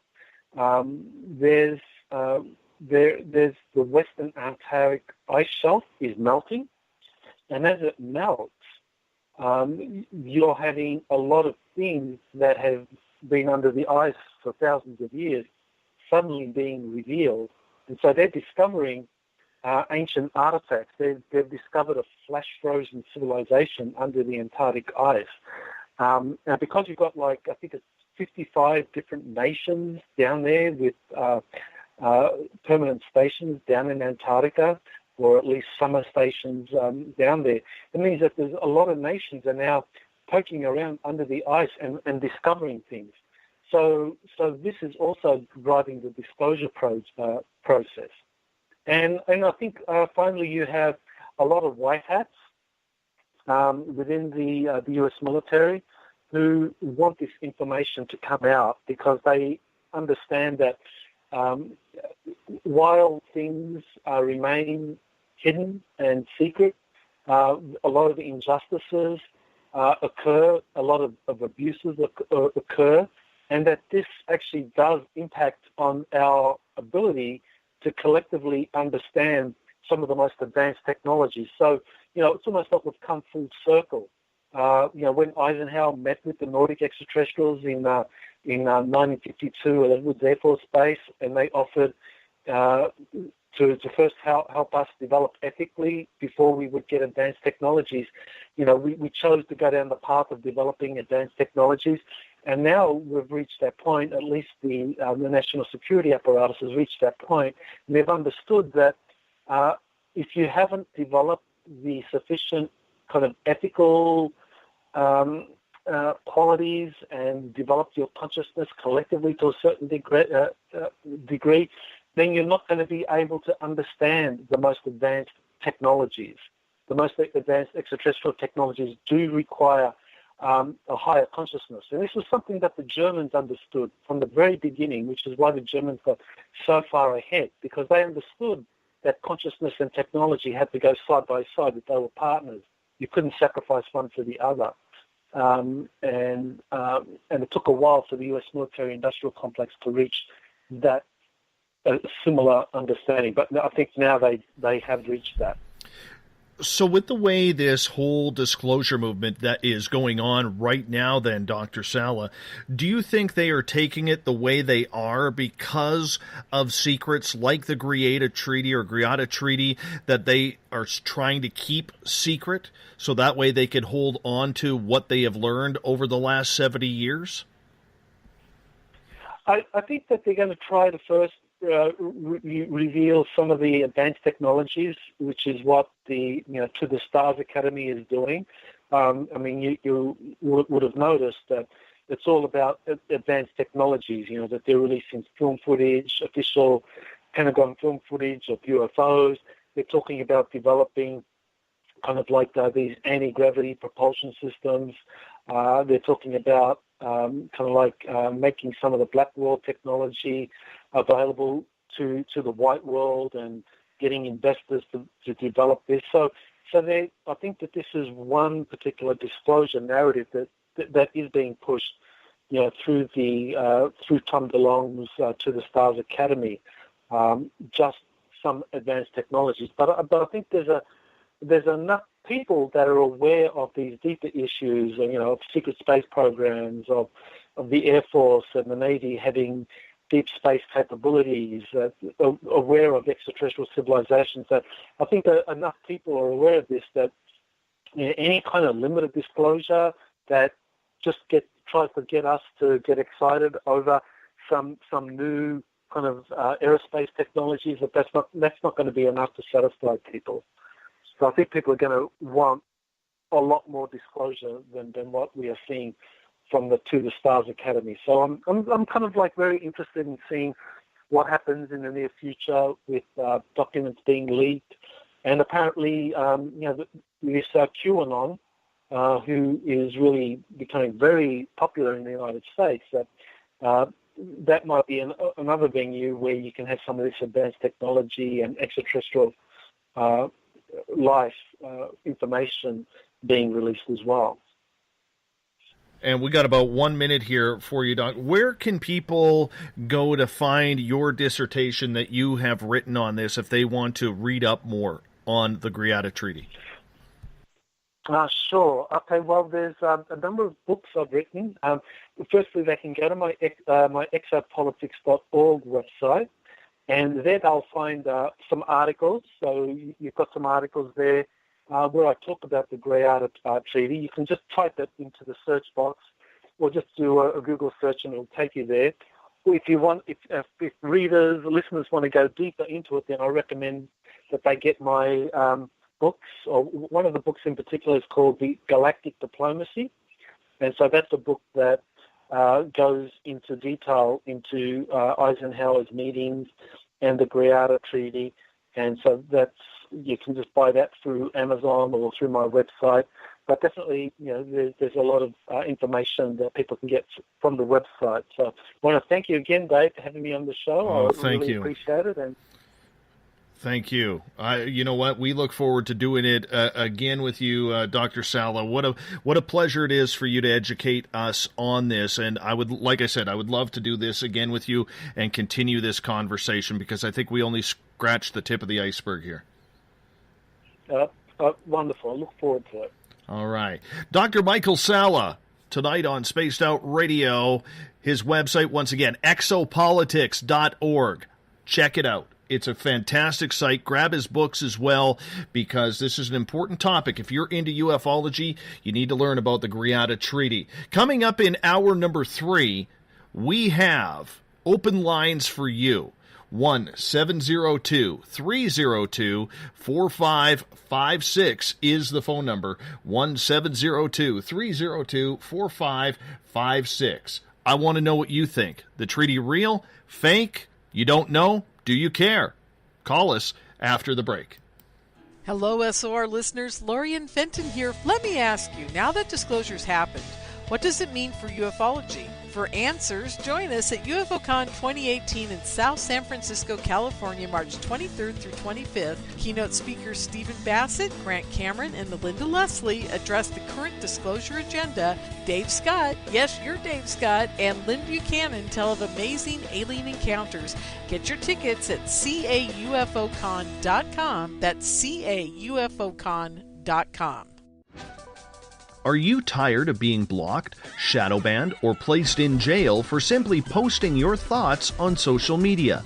Social Media Freedom can take care of that for you. Social Media Freedom is the newest and one of the best free new apps that allows you the freedom to post what you want, when you want. It takes seconds to download from your app store. Come join the tribe at Social Media Freedom. It's time to set yourself free. The first annual Caribou Paracon is happening September 28th to 30th in the 108 Mile Ranch, British Columbia. Brought to you by the Canadian Society of Questers and Spaced Out Radio.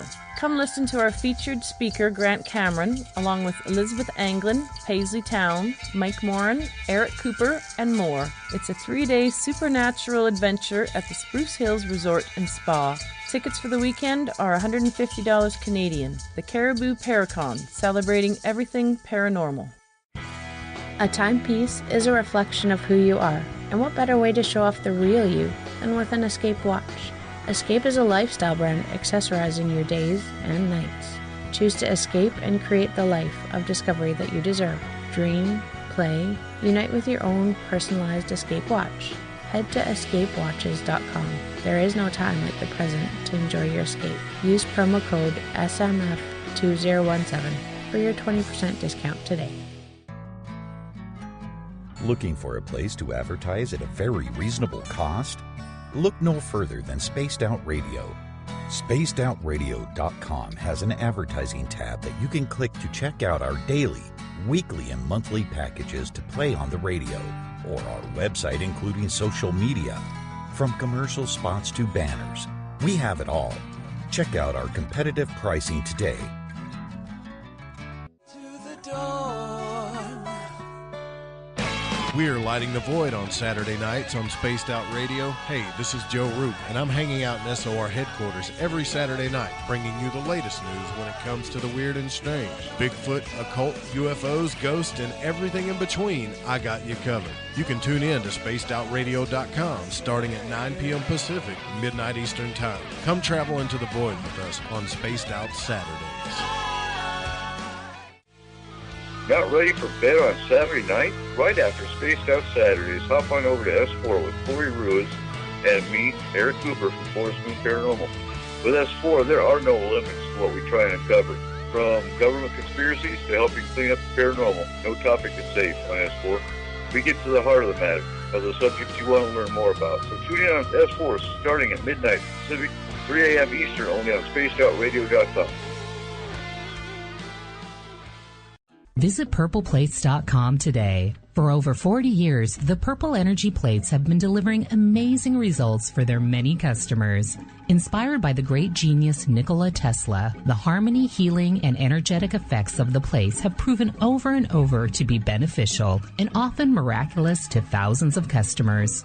Check their site for daily specials and choose from their many energy products. You won't be sorry. Visit them today at purpleplates.com. Hi there, I'm Butch Witkowski, lead investigator with UFO Cop. On the final Monday of every month, you can listen to me and host Dave Scott on Spaced Out Radio's Strange Days. We're going to get to the heart of the matter when it comes to what's happening out there. People are seeing and experiencing things from ET contact to Bigfoot, and I want to hear about it. Your experiences are what we investigators need to help solve these unknown mysteries. So tune in at spacedoutradio.com to the final Monday of every month from Butch Witkowski's Strange Days. This is Eric Markham, news editor for the Spaced Out Radio's The Encounter Online.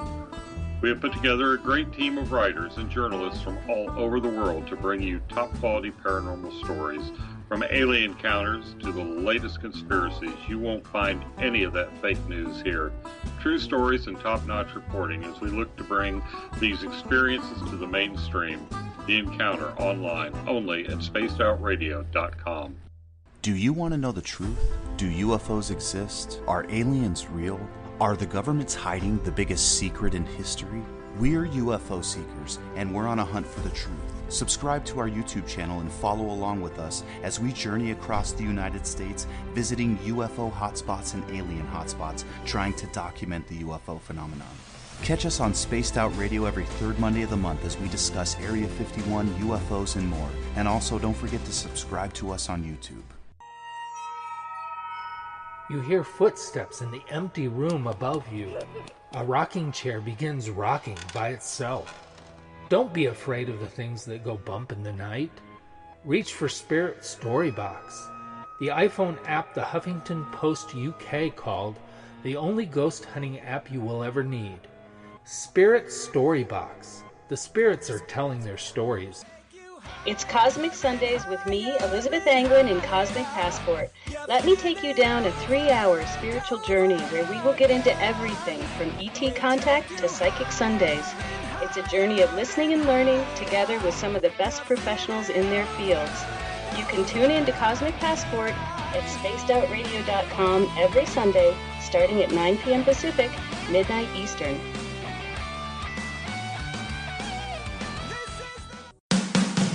The views and opinions expressed by tonight's guest and topic of discussion do not necessarily represent the official policy or position of Spaced Out Radio, Spaced Out Weekend, Spaced Out Radio Limited, its hosts, syndicated carriers, or anyone associated with this broadcast.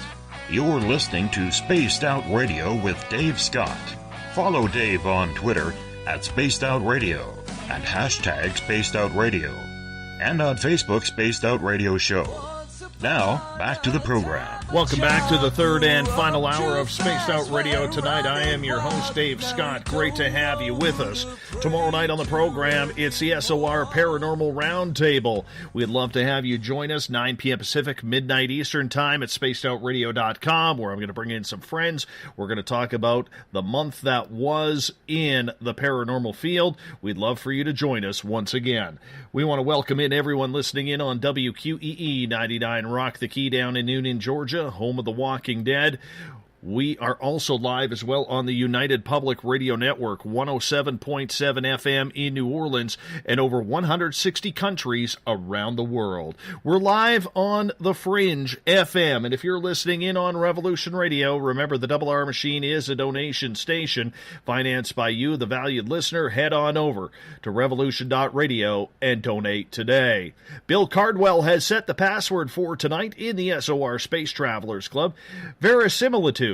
Verisimilitude is your password. Make sure you use it wisely, space travelers, as Bill sets a password each and every night right here on the mighty SOR. Now, if you want to follow us on social media, we are all over the place. We're on Periscope.tv live every Monday through Friday night.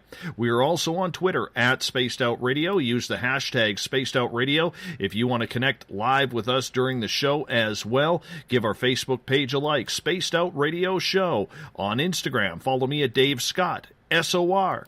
You can also subscribe to our YouTube channel, youtube.com/Spaced Out Radio. That's where we store our archives, and our website, spacedoutradio.com, where we have a plethora of features for you, including joining the SOR Space Travelers Club for $5 a month. Rock out to some Bumblefoot. Shop at our Spaced Out Radio store. You can also read up on the encounter online and watch great videos from UFO Seekers, Contact TV, rock out to some Bumblefoot, and so much more at spacedoutradio.com. So tonight in hour number 3, I want to know what you guys think. I want to know what all of you think of the Greada Treaty. Do you think it's real? Do you think it's fake? Do you think it's just a bunch of baloney? Or do you think there's something to it? Now, if you're an experiencer where you have been taken or had ET contact, I think it's very important. I want to hear your opinion on this. Dr. Michael Salla was with us for the first 2 hours of this show, talking about the magnitude that people don't understand. He is a firm believer in his studies that this Greada Treaty actually happened. And I have to tell you, in my own personal research, which I'm going to tell you right now is not very scientific, it's just for my own benefit, everything that I have learned about the field of ufology always seems to come back to this potential Greada Treaty. And it's funny, I remember a couple years ago when I had Laura Eisenhower on the show, and she had admitted that she believed the treaty was absolute fact.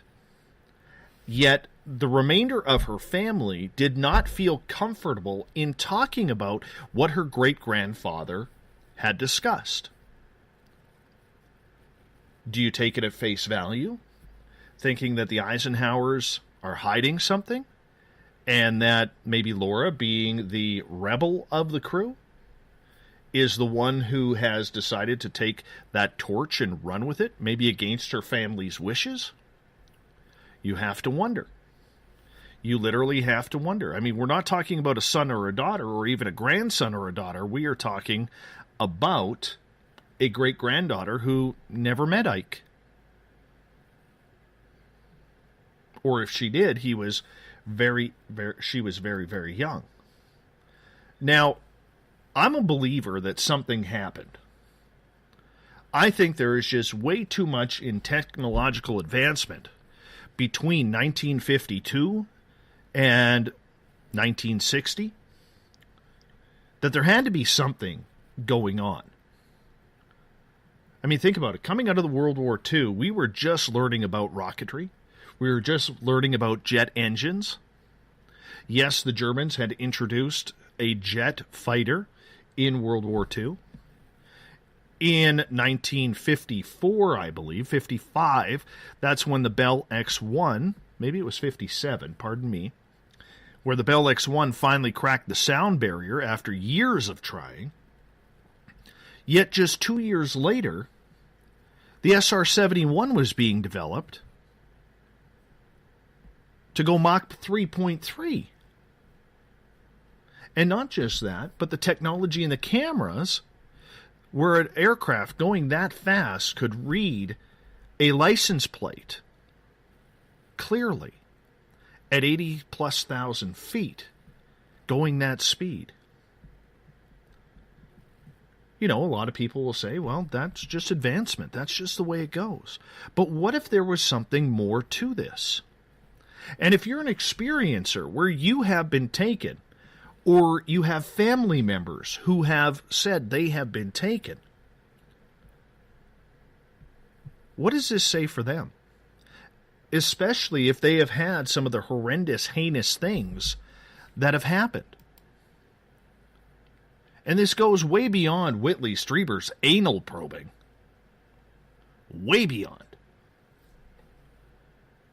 Call me and let me know. I want to hear what you have to say.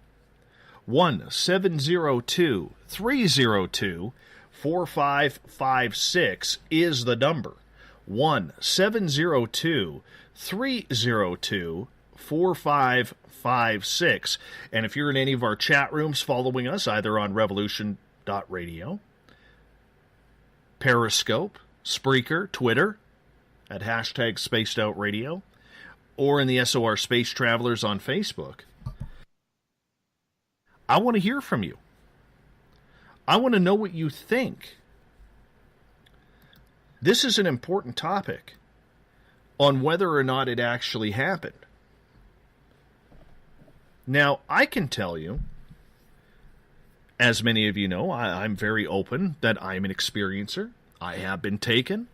I've had good experiences, and I've had not so good experiences. So, where does it lead to? Where does it lead to? Does it lead back to the Greada Treaty? And if you're American, how do you feel that President Eisenhower signed this treaty that wasn't ratified by Congress or the Senate? How do you feel that he knew in an act of war, which this apparently was, according to Dr. Michael Salla, that he understood the idea of collateral damage being American citizens as well as farm animals, animals in general, in exchange for technology, weaponry. Because as Dr. Salla said, the first deal he turned down. He turned down the first deal. Right? That was from a Nordic-type group that said, look, we'll help you get to the promised land in life. We'll give you everything you need. Just stop with the nuclear weapons. Those are destructive. You don't need them. Your people don't need them. Yet Eisenhower, according to Salla, wanted to sign that deal. He wanted to sign it. But his advisors around him said, no, don't do that. That's bad. That is bad. You don't want to be doing that. We need these nuclear weapons. We're in the Cold War now against the Russians, man. We need to protect America. We need to protect our soil and our citizens and our allies with nuclear weapons. So that was out. And according to Dr. Salla, these Nordic-type beings pulled the deal. Said, snooze, you lose. Pretty much. Let's go to the phone lines. Area code 423. Who am I speaking with tonight? Hey, Dave. This is Tommy. Good evening there. Enjoyed your show tonight. Tommy, thank you so much. How you doing? Oh, just fine. I really like Michael Salla. Followed him for several years. I like to hear him back on the show again. He's, serious fellow. And yes, he is. Wouldn't be going down this rabbit hole for he's not the ego attention kind of guy. He's serious. So, yeah. I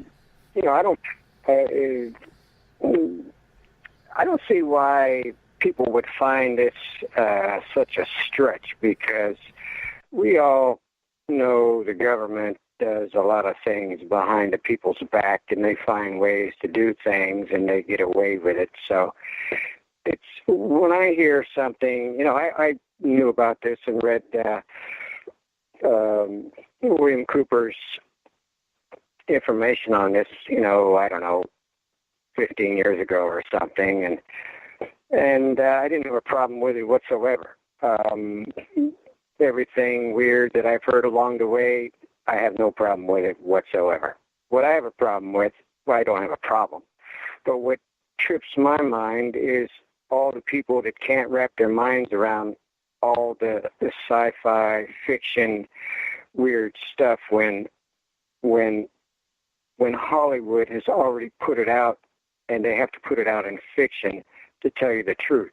They can do it all. There is nothing, absolutely nothing that you could think of they cannot do.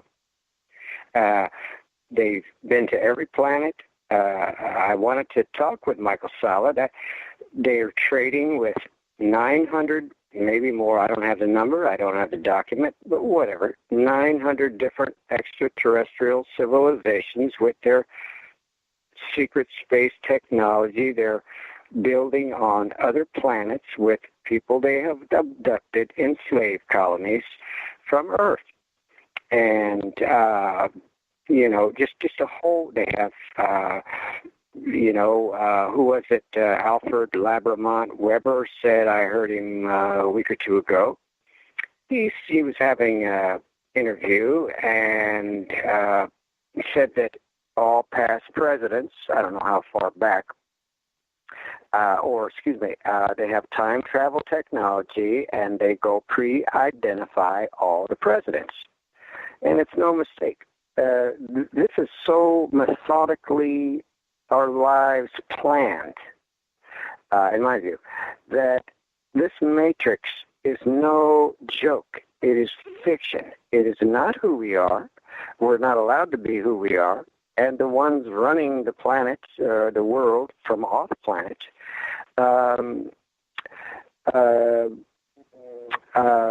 have maintained this and are controlling our lives in a narrative with the mind control and the dumbing down since birth. So,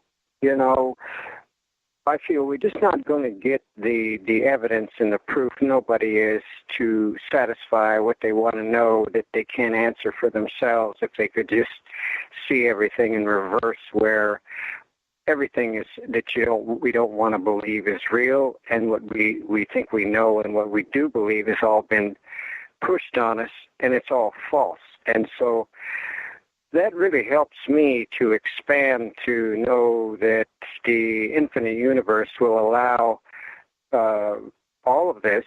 It's all going on over our noses, whatever.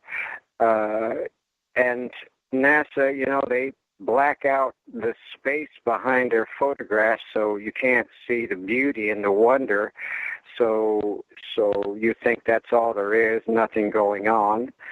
William Cooper said that NASA is simply a cover program for to make people think that it's going to take a long time to get anywhere when they're already there and back a million times.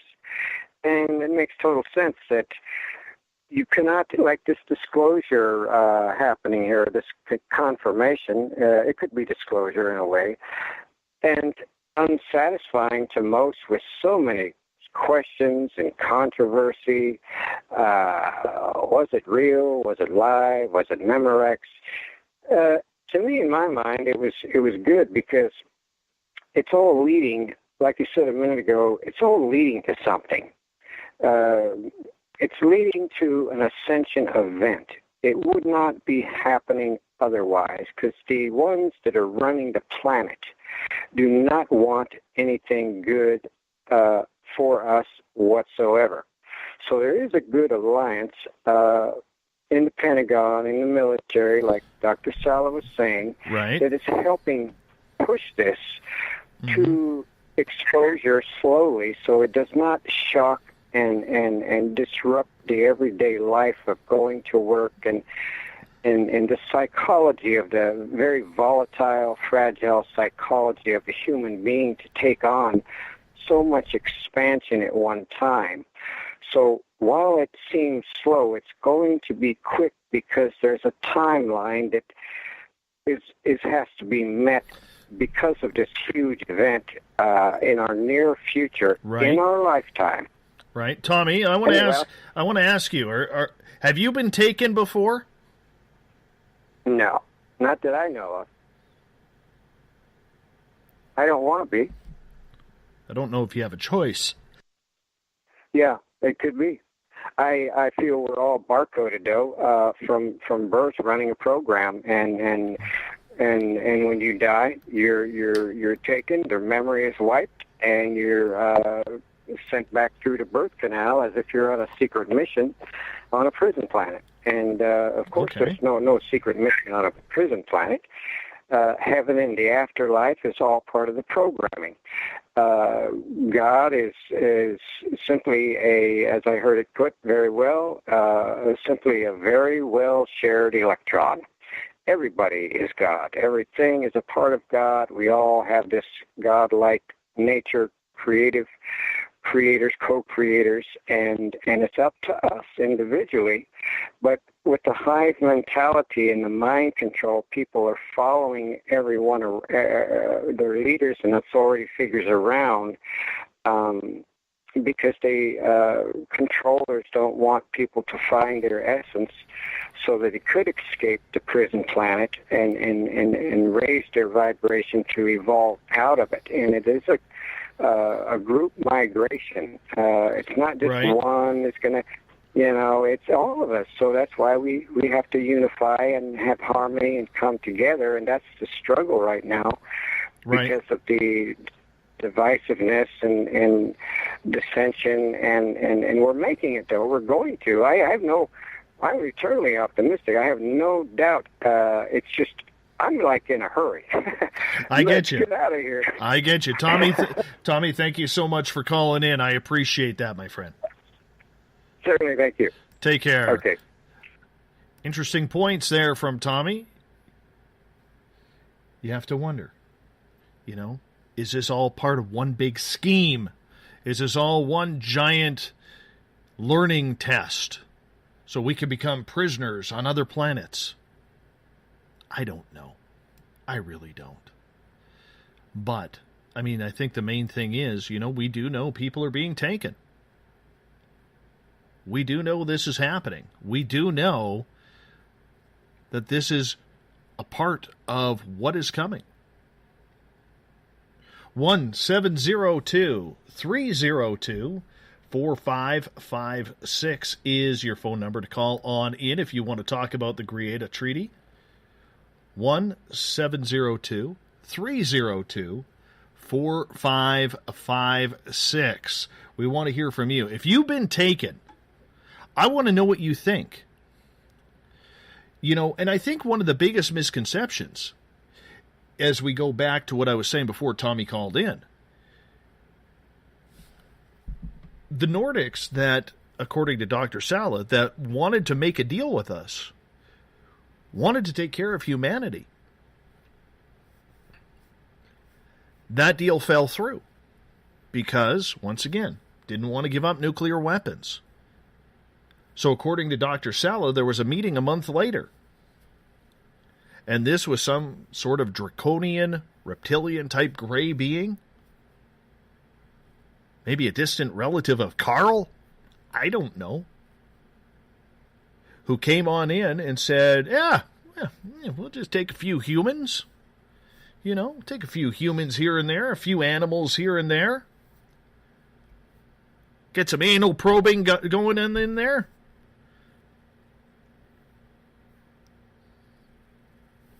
Casualties, as Dr. Salla called the people being taken. Casualties. That's what's scary.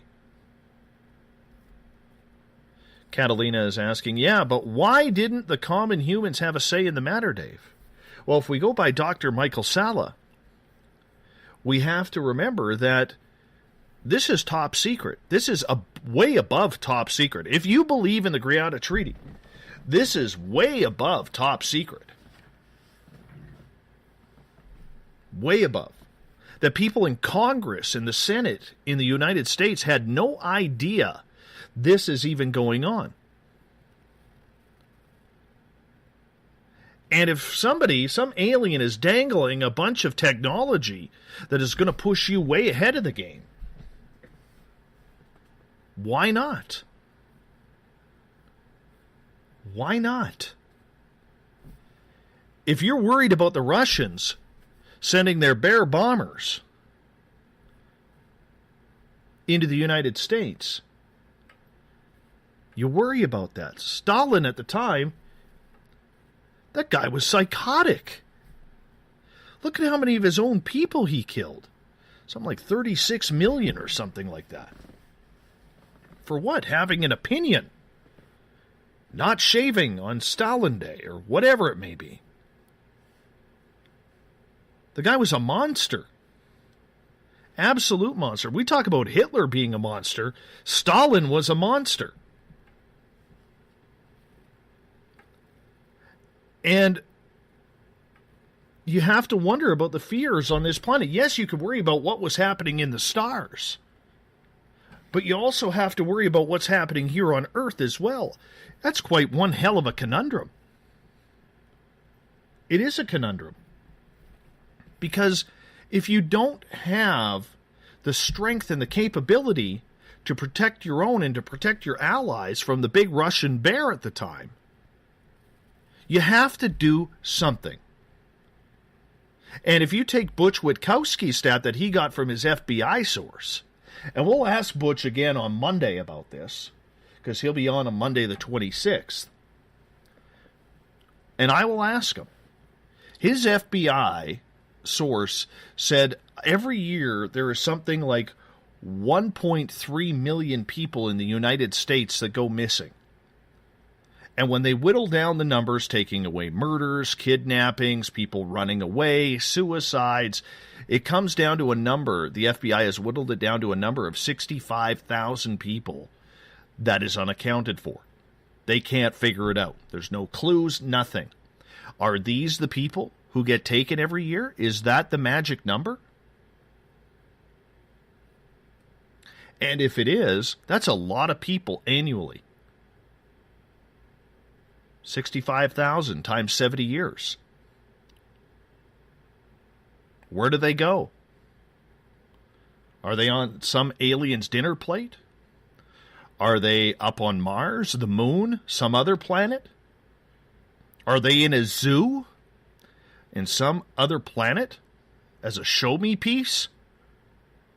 That would be interesting. Right? So, I mean, you have to look at it. Eisenhower was pretty much in a damned if you do, damned if you don't position, if you believe that this situation happened. Once again, there is not a lot of proof that it went on. There's not a lot of proof that it went on. We got to take a lot of people's words on that. Can you trust those words? Some say you can. Others say, no, it's not enough. Where's the documentation? I want to see the paperwork. And I don't blame them. I would love to see the paperwork on this. I really would. But you can't blame Eisenhower. The technology that they got out of it, if you believe this happened, and if it indeed did happen, it launched an entire program. Think about it. Mid-50s, we can't even get to Mach 1. 14, 15 years later, we're sending people to the moon. When in history has there been that quick of a turnaround in technology?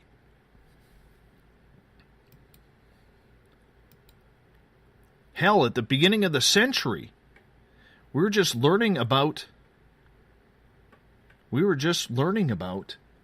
airplanes and how to fly with the Wright brothers.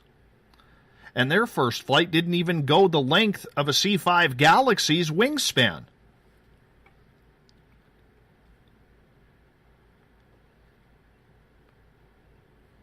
I love Kevin's comment. He goes, was I not good enough or too valuable to this planet? I'll go with B. Kevin, it's your beard. It's your beard that saved you. And Catalina, we were just thinking the exact same thing at the same time. Kevin's beard saved him. It is a high-quality beard. High-quality beard.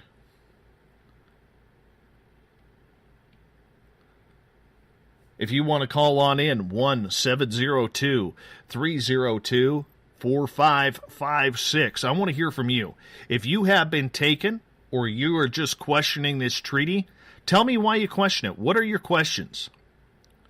Let's talk about it. 1-702-302-4556 is your phone number to call on in to talk about the Greada Treaty. And you know what? If you look at, this is another point I want to bring up. If you look at what has happened today, fast forward from the Eisenhower time to the time with disclosure right now. All right? The time with disclosure right now. We can say this. It's very, very strange to me the way we see this entire disclosure movement going on right now, getting involved in this whole ball of confusion. When it first came out, aliens were a part of it. UFOs were a part of it. Technology not of this world was a part of it. But they separated aliens from UFOs. So you haven't heard once anybody from the To the Stars campaign talking about aliens. Haven't heard it whatsoever. They separate it. Now they're separating aliens from unknown tech, or not aliens, but UFOs from unknown technology.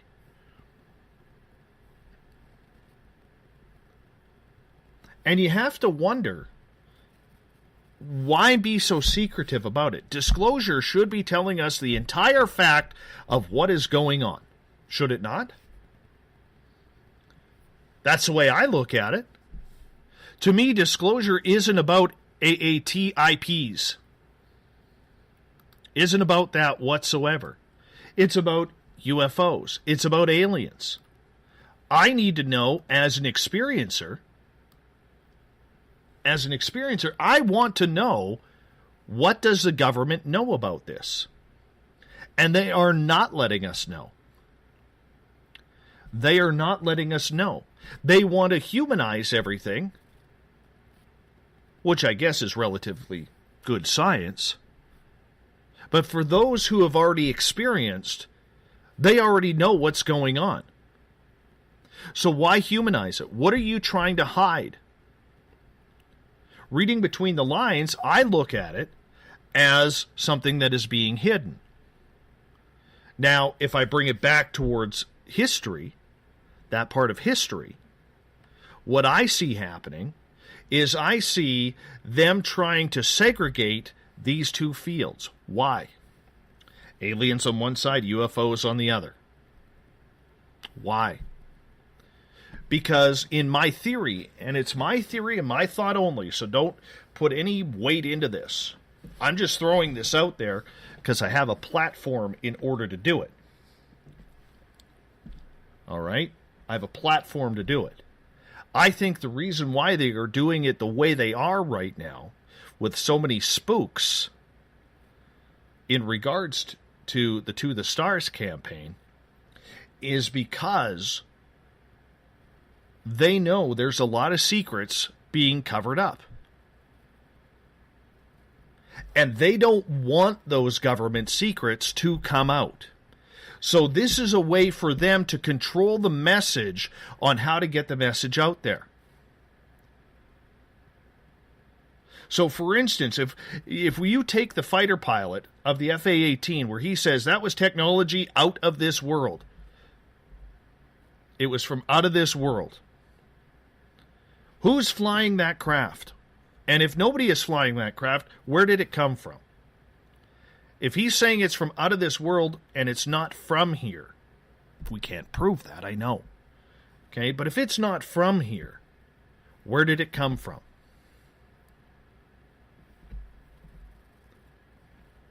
somebody or something had to be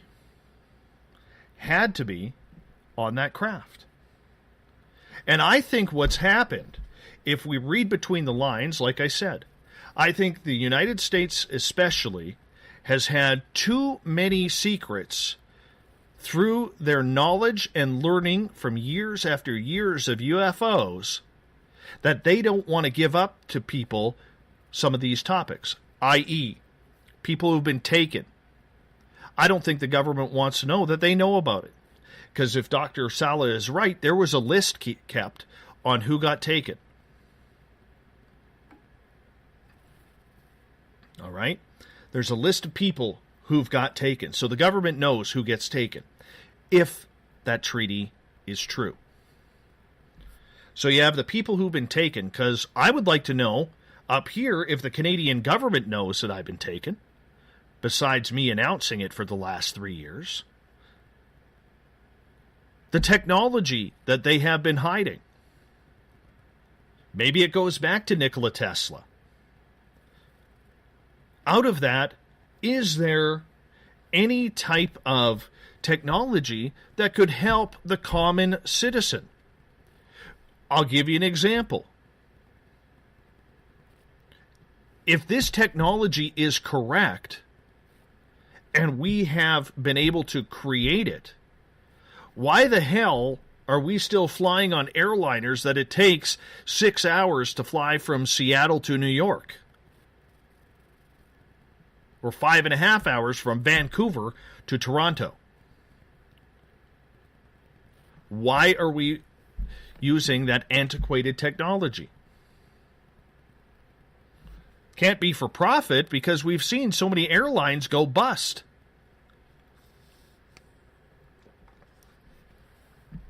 Why do we seen it? Michael is asking in Periscope, have you seen the video of the craft skimming the ocean down by San Diego, Dave? No, I have not. I will look for that one. Gail is asking, can you tell us what is going on in Antarctica? No, I have not. Cell phones. Right? There's all sorts of technology. Right? All sorts of technology they could be using. If you believe in the Aurora program, the SR program out of Area 51, and Michael Schratt, they have an aircraft that flies at hypersonic speed that can go around the world in 3 hours. 3 to 4 hours. What the hell are we doing with Boeing and Airbus if that technology exists?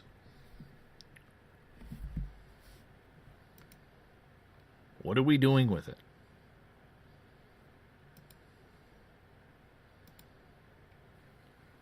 Right? Why are we not getting off the ground with it? What are they holding back? Do they know something about aliens that they're trying to cause fear in everybody? To fear these extraterrestrials? If you look at Hollywood over the last 20 years, there hasn't been a lot of movies that state that aliens are here for the good. Video games, the same way. Tom DeLonge going on Joe Rogan saying that we got to put nuclear missiles and weaponry up in space to protect us from the extraterrestrial threat.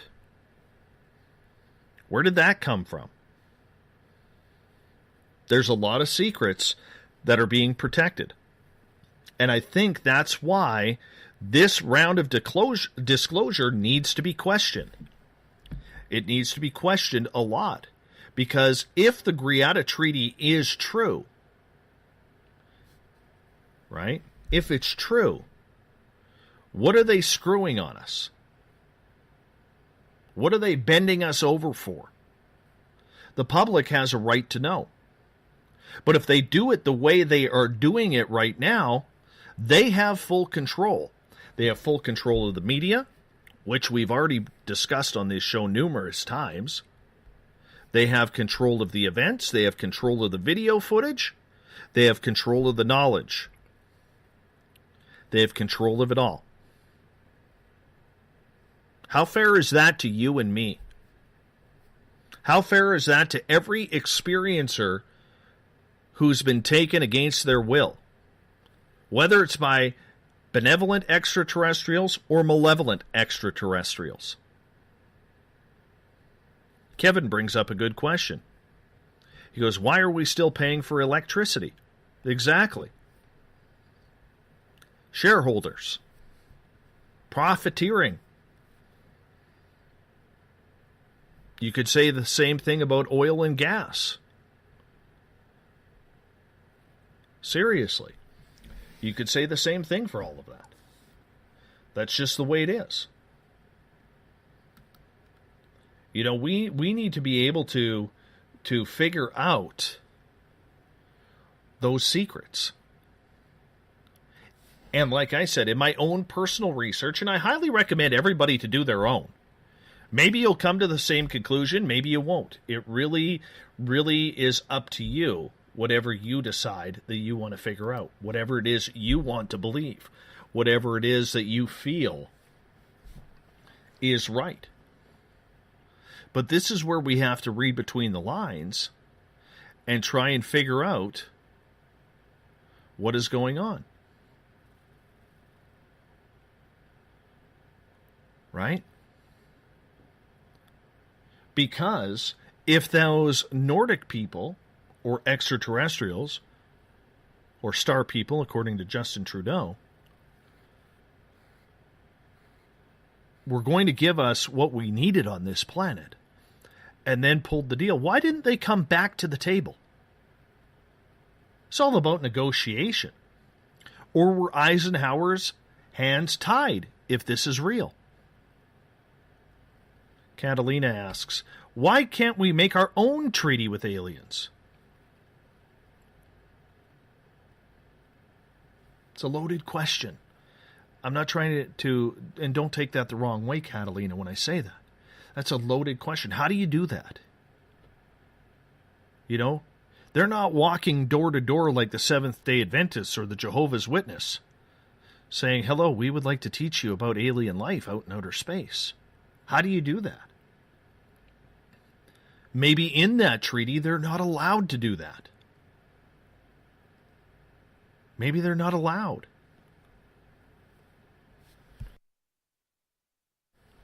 That's something we have to think about. Right? That's something we need to think about. Now, some people who have had that contact, they've found more spiritual enlightenment.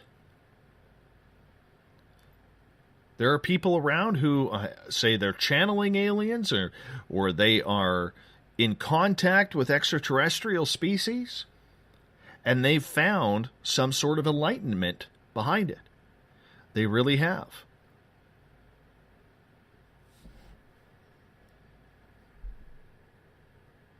Then there's people out there, I'll throw myself in that group, that wish it would continue a little bit more. I'm stuck here wondering why Carl hasn't showed up a little bit more often. Or that first set of beings that Samantha Mowat and I saw that haven't been back to me since. I'd like to know. I would love to talk to them. I'd love to go for a ride. I'm sure a lot of you would too if you knew it was benevolent. Why wouldn't you?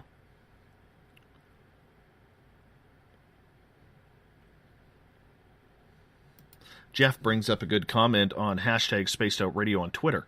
He says, if suddenly we had all the answers, technological advances, cures to every illness, the money and power the governments, are used to, would dry up. Absolutely. It would create globalism.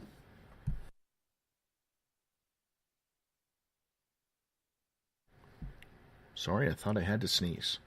I did not. It held back. I won. But it would create some sort of equality, you know, instead of this communistic value where everybody is equal, but some are just a little more equal than others.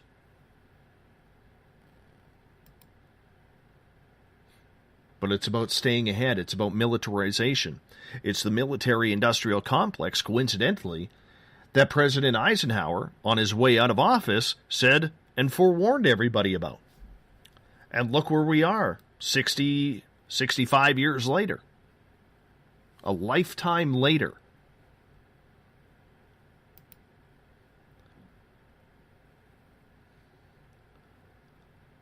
So this is what you need to worry about.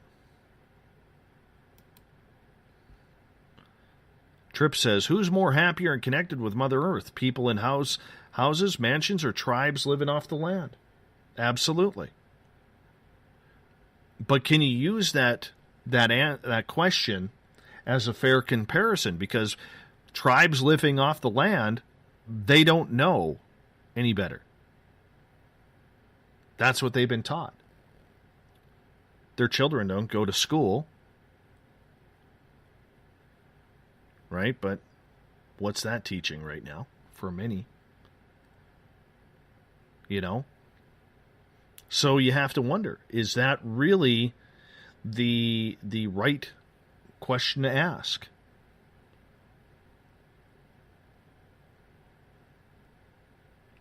We're going to go to the thought of the day here momentarily. Hi, Dan. Welcome.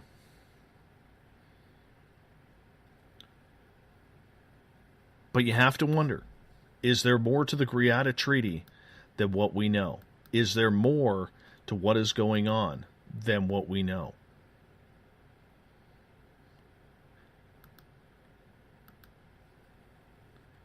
You can find out by doing your own research, coming to your own conclusion. And if you buy it, great. Tell me what you find. I want to know. If you don't buy into it, tell me as well. What don't you buy into it? Hey, Jeff on Twitter at #SpacedOutRadio. You're a little early for the carnival rides. A little early. Thought of the Dave right now.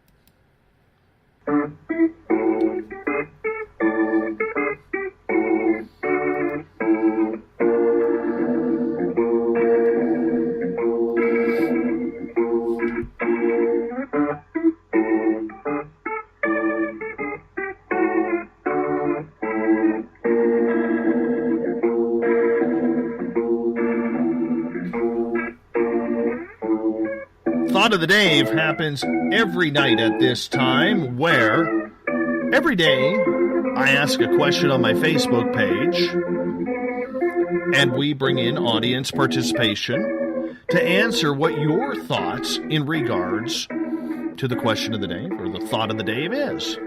So we got quite some interesting responses today in the question, do you believe the Greada Treaty, Eisenhower and aliens took place? And explain.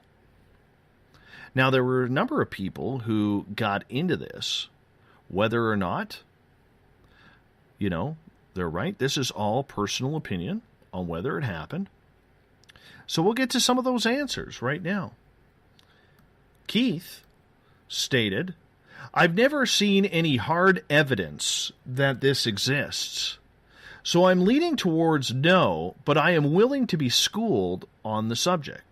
Well, you need to read up on Dr. Michael Salla and others who have proclaimed that there is some sort of reality towards this treaty. Is it even a treaty, or are we just calling it a treaty? We really don't know. Now, Shar says, really can't imagine anyone saying it would be okay to take humans for experiments. I have heard his granddaughter, obviously Laura Eisenhower. But if this were true, why would any of our Air Force chase UFOs? Why would anyone think they were so benevolent? That is crazy. Could humans be so stupid, so brainwashed? I can't even imagine it. Well, there's a couple of questions in there. First off, if you're a pilot in the Air Force, Shar, you're not going to know this treaty exists. This is above top secret, way above flying an F-18. or an F-15 or an F-22. You're just out there doing the job. Why would anybody think they were so benevolent? I will ask this question. I'll ask a question for a question. Is every human good? Would you put Stalin in the good human category? Hitler, Genghis Khan, ISIS, Taliban, Jeffrey Dahmer, Ted Bundy. Would you put them in the good human category? So to sit there and say that all aliens are bad, I don't believe that for a second. And that isn't a shot. Okay, don't take that as a shot, Shar, because it's not a shot. But it's easy to love the negative. We see it every day in media. It's easy to love the negative or the story because the rumor is usually a lot more juicier than the truth. I personally do not believe all extraterrestrials are bad. And if this deal is true, maybe they don't have a choice. Maybe they have to play by the guidelines. That's the way you got to look at it. Right? But there is concern that some humans do not have a choice, that it is happening. So I agree with you there. I totally agree with you there. There have been times I've been taken, I didn't want to go. Didn't have a choice, but it happened. The first time I went, I knew that experience was coming. I was prepped for it. I just didn't know when it was going to happen. But I knew it was coming. And you just have to roll with it. Maybe they have rules and guidelines they need to play by. I don't know. I don't know.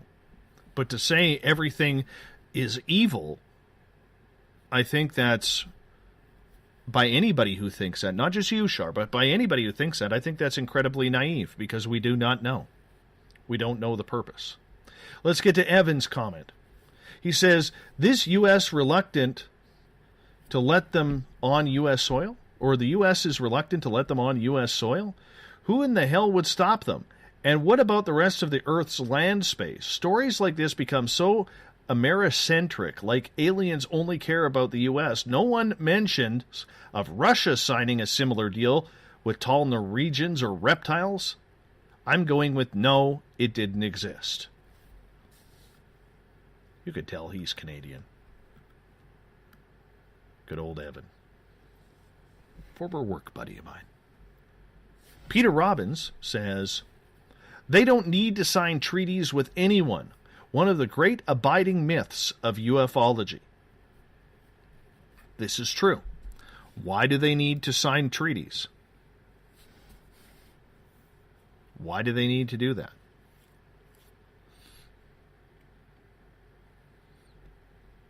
Right?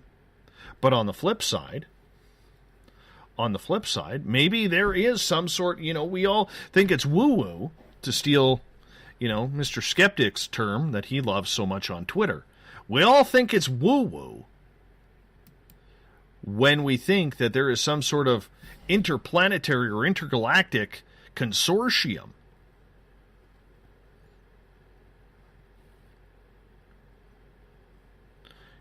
Maybe there is that consortium that wants to befriend or invite mankind into the game. But we're too immature right now that they don't think that we could handle what is going on. Because, let's face it, we like to solve things with violence. We're a violent race. Now, I'm sure if you had a bunch of dolphins running this planet, everything would be much better. They're kind of cool. Right?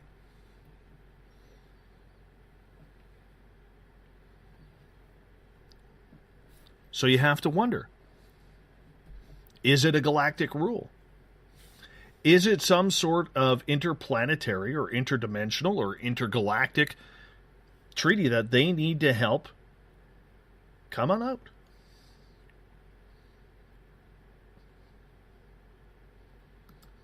Let's get to another comment. David Ross says, everything that people have said at the top is all for me. Okay, way to contribute. Joe Monk says, I signed an agreement that let the aliens take Dave instead of me. That's because they don't want to mess with your hair, Joe.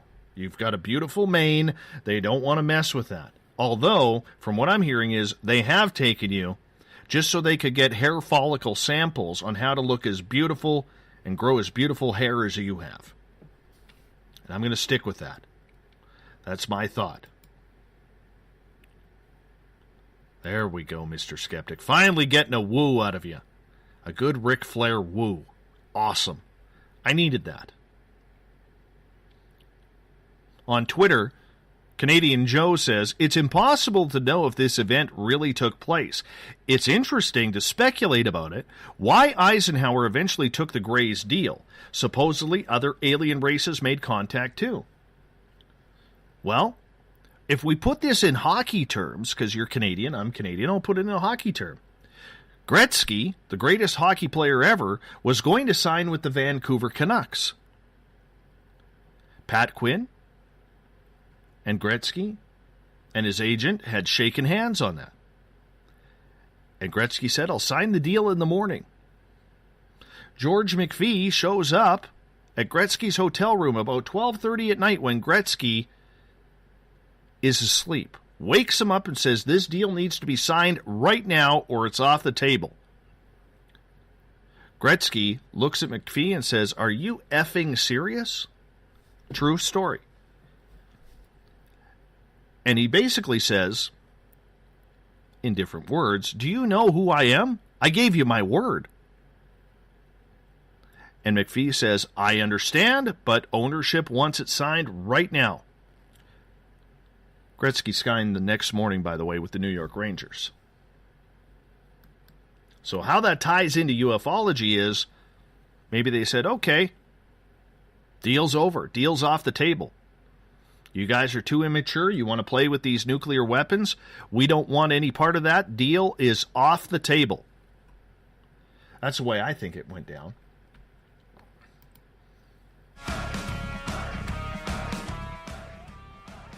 We got time for one more here. Derek Tyler says, it did take place. It was basically a document which spelled out the terms of our surrender. Well, we heard from Dr. Salla, it wasn't a surrender. And David Wenbert says, there are too many separate witnesses and points of data corroborating his meetings with ETs for us to have any reason to doubt it. Did he meet with them twice and reach no agreement, treaty, or terms? I don't think that's the way he would operate. He would have tried to define the terms of the relationship if indeed there weren't already being dictated by the extraterrestrials themselves. But since the word Greada doesn't exist, I agree with those who say that it's really called the Greada Treaty, and that our common parlance of Greada within ufology is just a typo someone made that has forgotten, that's gotten propagated throughout the lore in the last 20 years, carelessly. Interesting indeed. We got Mr. Ron Bumblefoot THAL rocking in the background with A Little Brother Is Watching. Bumblefoot is the official music of Spaced Out Radio, rocking us in and out of every single show. We thank Mr. B for letting us get our horns up every single night. Tomorrow night on the program, we're bringing in the crew. We're going to be doing the SOR Paranormal Roundtable starting at 9 p.m. Pacific, midnight Eastern Time, talking about the month that was in the paranormal. I hope you join us. We'd love to see you here.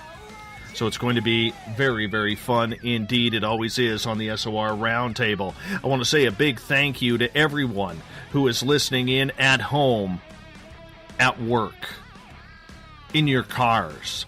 Everybody who took part at hashtag Spaced Out Radio on Twitter, at Spaced Out Radio as well. Everybody in Revolution Radio. Everybody going on Periscope.tv. Stick around. We're going to spin some music for a little bit after this. So you could head on over to Periscope.tv/Spaced Out Radio. I'd love to have you there. That includes you, Ozzy Andy.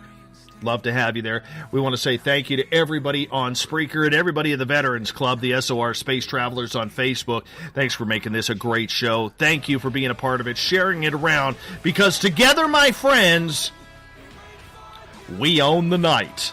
Mr. Bumblefoot, we need a favor. We need you to take us home. Have a good one. We'll talk to you in 21 hours from now. Good night.